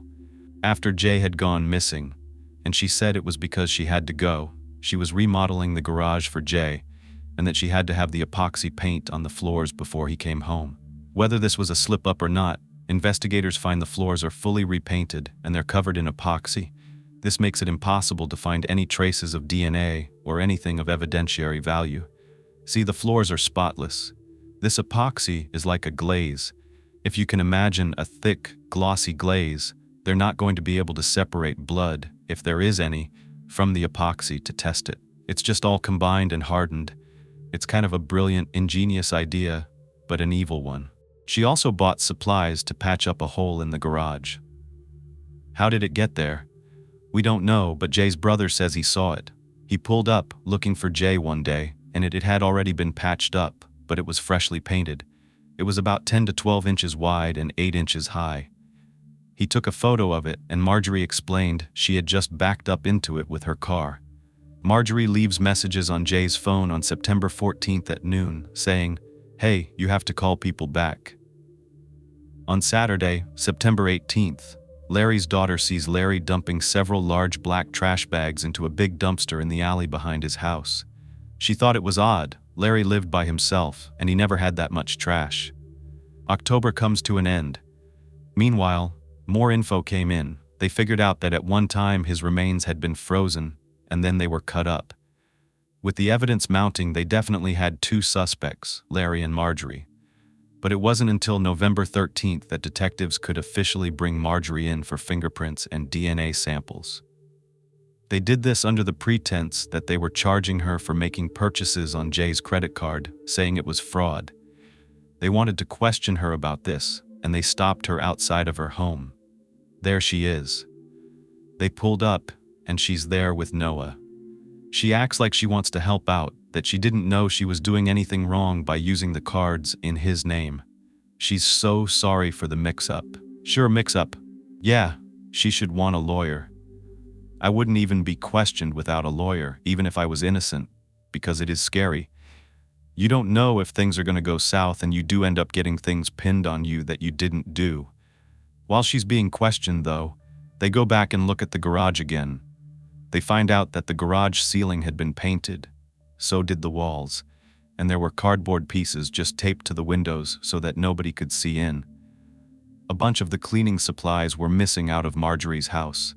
They looked all over, and there were missing mops, and just bottles were all gone already. They also find an electric handsaw, and they find a container with two of the blades missing. Evidence shows that Marjorie reached out to the insurance company. She had called several times after Jay was reported missing, and she was waiting on information about when she was going to get the payout. They explained, "We can't pay you out unless 1, they find his body, or 2, they declare him legally deceased, but that takes a long time." Detectives have a theory that that's why the body was finally put out there, because without it, she couldn't get her money. She was booked on the fraud charges. But she was let out the next day, waiting for her court date. They didn't have any evidence linking Larry to the crime, so they dismissed him as a suspect for now. They showed up again on December 6th at Marjorie's front door with an arrest warrant for Jay's murder. Marjorie's trial began on January 29th, 2009. They never found Jay's head or other body parts. She was up for the death penalty, so her defense team was fighting for her life. The prosecution actually tries to get Larry to pick up a Rubbermaid container, weighing the same as it would if Jay's remains were inside, and you can see he pretends like he can't. He states that Marjorie was so fit she could bench press 100 pounds, and that she did so much construction that you shouldn't underestimate her just because she's thin. She could definitely move that container. The prosecution called Marjorie's cellmate, who told them that Marjorie admitted to the whole thing. But on cross-examination, the defense tore into her testimony and made her look like a desperate jailhouse snitch, and she ended up not being a credible witness. The defense claims that Jay came home early. It was unexpected. Larry was there. He couldn't leave fast enough, and Marjorie wasn't able to, put all the pictures back and make the house look the way that it usually does. Jay figures it out. He finds Larry in the house. He gets in a fight with him, which ends in Larry getting a gun and shooting Jay. They said it was probably an accident, and that Larry may have been trying to get the gun out of Jay's hands since it was Jay that carried the gun on him. It could have been possible self-defense. Jay could have pointed the gun at him, and Larry was able to just grab it out of his hands. They believe Larry was the one that dismembered the body and got rid of it, claiming Marjorie was incapable of something like that. Her ex, remember Michael J. Peter? He testifies that she would not have killed a fly, and he says she wouldn't kill her husband for money because she knows all she has to do is pick up the phone and call Michael, and he would give her money. He becomes the defense's star witness. I can't help but kind of believe that. I don't know if I believe she's capable of cutting up a body. I don't know. I mean, who is? We're not thinking that people are capable of that. we're usually surprised. But it doesn't really make sense to me because, yes, she could probably have gotten money from anywhere, so why do this? The defense claims that Marjorie freaked out and Larry took care of it. He puts the body in the Ford Bronco. Whether it was already in the container, they don't know. But yes, she knew he was deceased and she kept quiet. So this was her defense. She didn't say anything because she was scared. She didn't want to lose her son. But then I'm thinking, ultimately you do lose your son. That's another reason why I'm back and forth. Obviously, I do not like Marjorie, and I'm sure she did it. If not, she had something to do with it. But I keep thinking after everything she did for Noah and to get Noah, why would she even risk going to jail or going to prison? Why would you even risk that? After I believe an 8-month trial, the jury deliberated for about 6 hours, and the verdict was read on September 14th, 2009. Jay's family didn't want the death penalty for Marjorie. They were not that callous like her. After all, she was Noah's mom, but they wanted her to pay for what she did. I'm going to go ahead and play the verdict for you. You reached a very demo account? Yeah. Did you announce the verdicts, please? We, the jury, do unanimously find the defendant guilty, signed by the foreperson, juror number 15. The jury's dueling penalty sworn that the defendant shall be sentenced to life. Are you surprised, or are you not surprised? I felt for her here and there, but whether she did it or was merely an accomplice, it was her choices that led to Jay's death. The way that she spoke about a man that gave her the world, including what she longed for more than anything, a baby, makes me so sick to my stomach.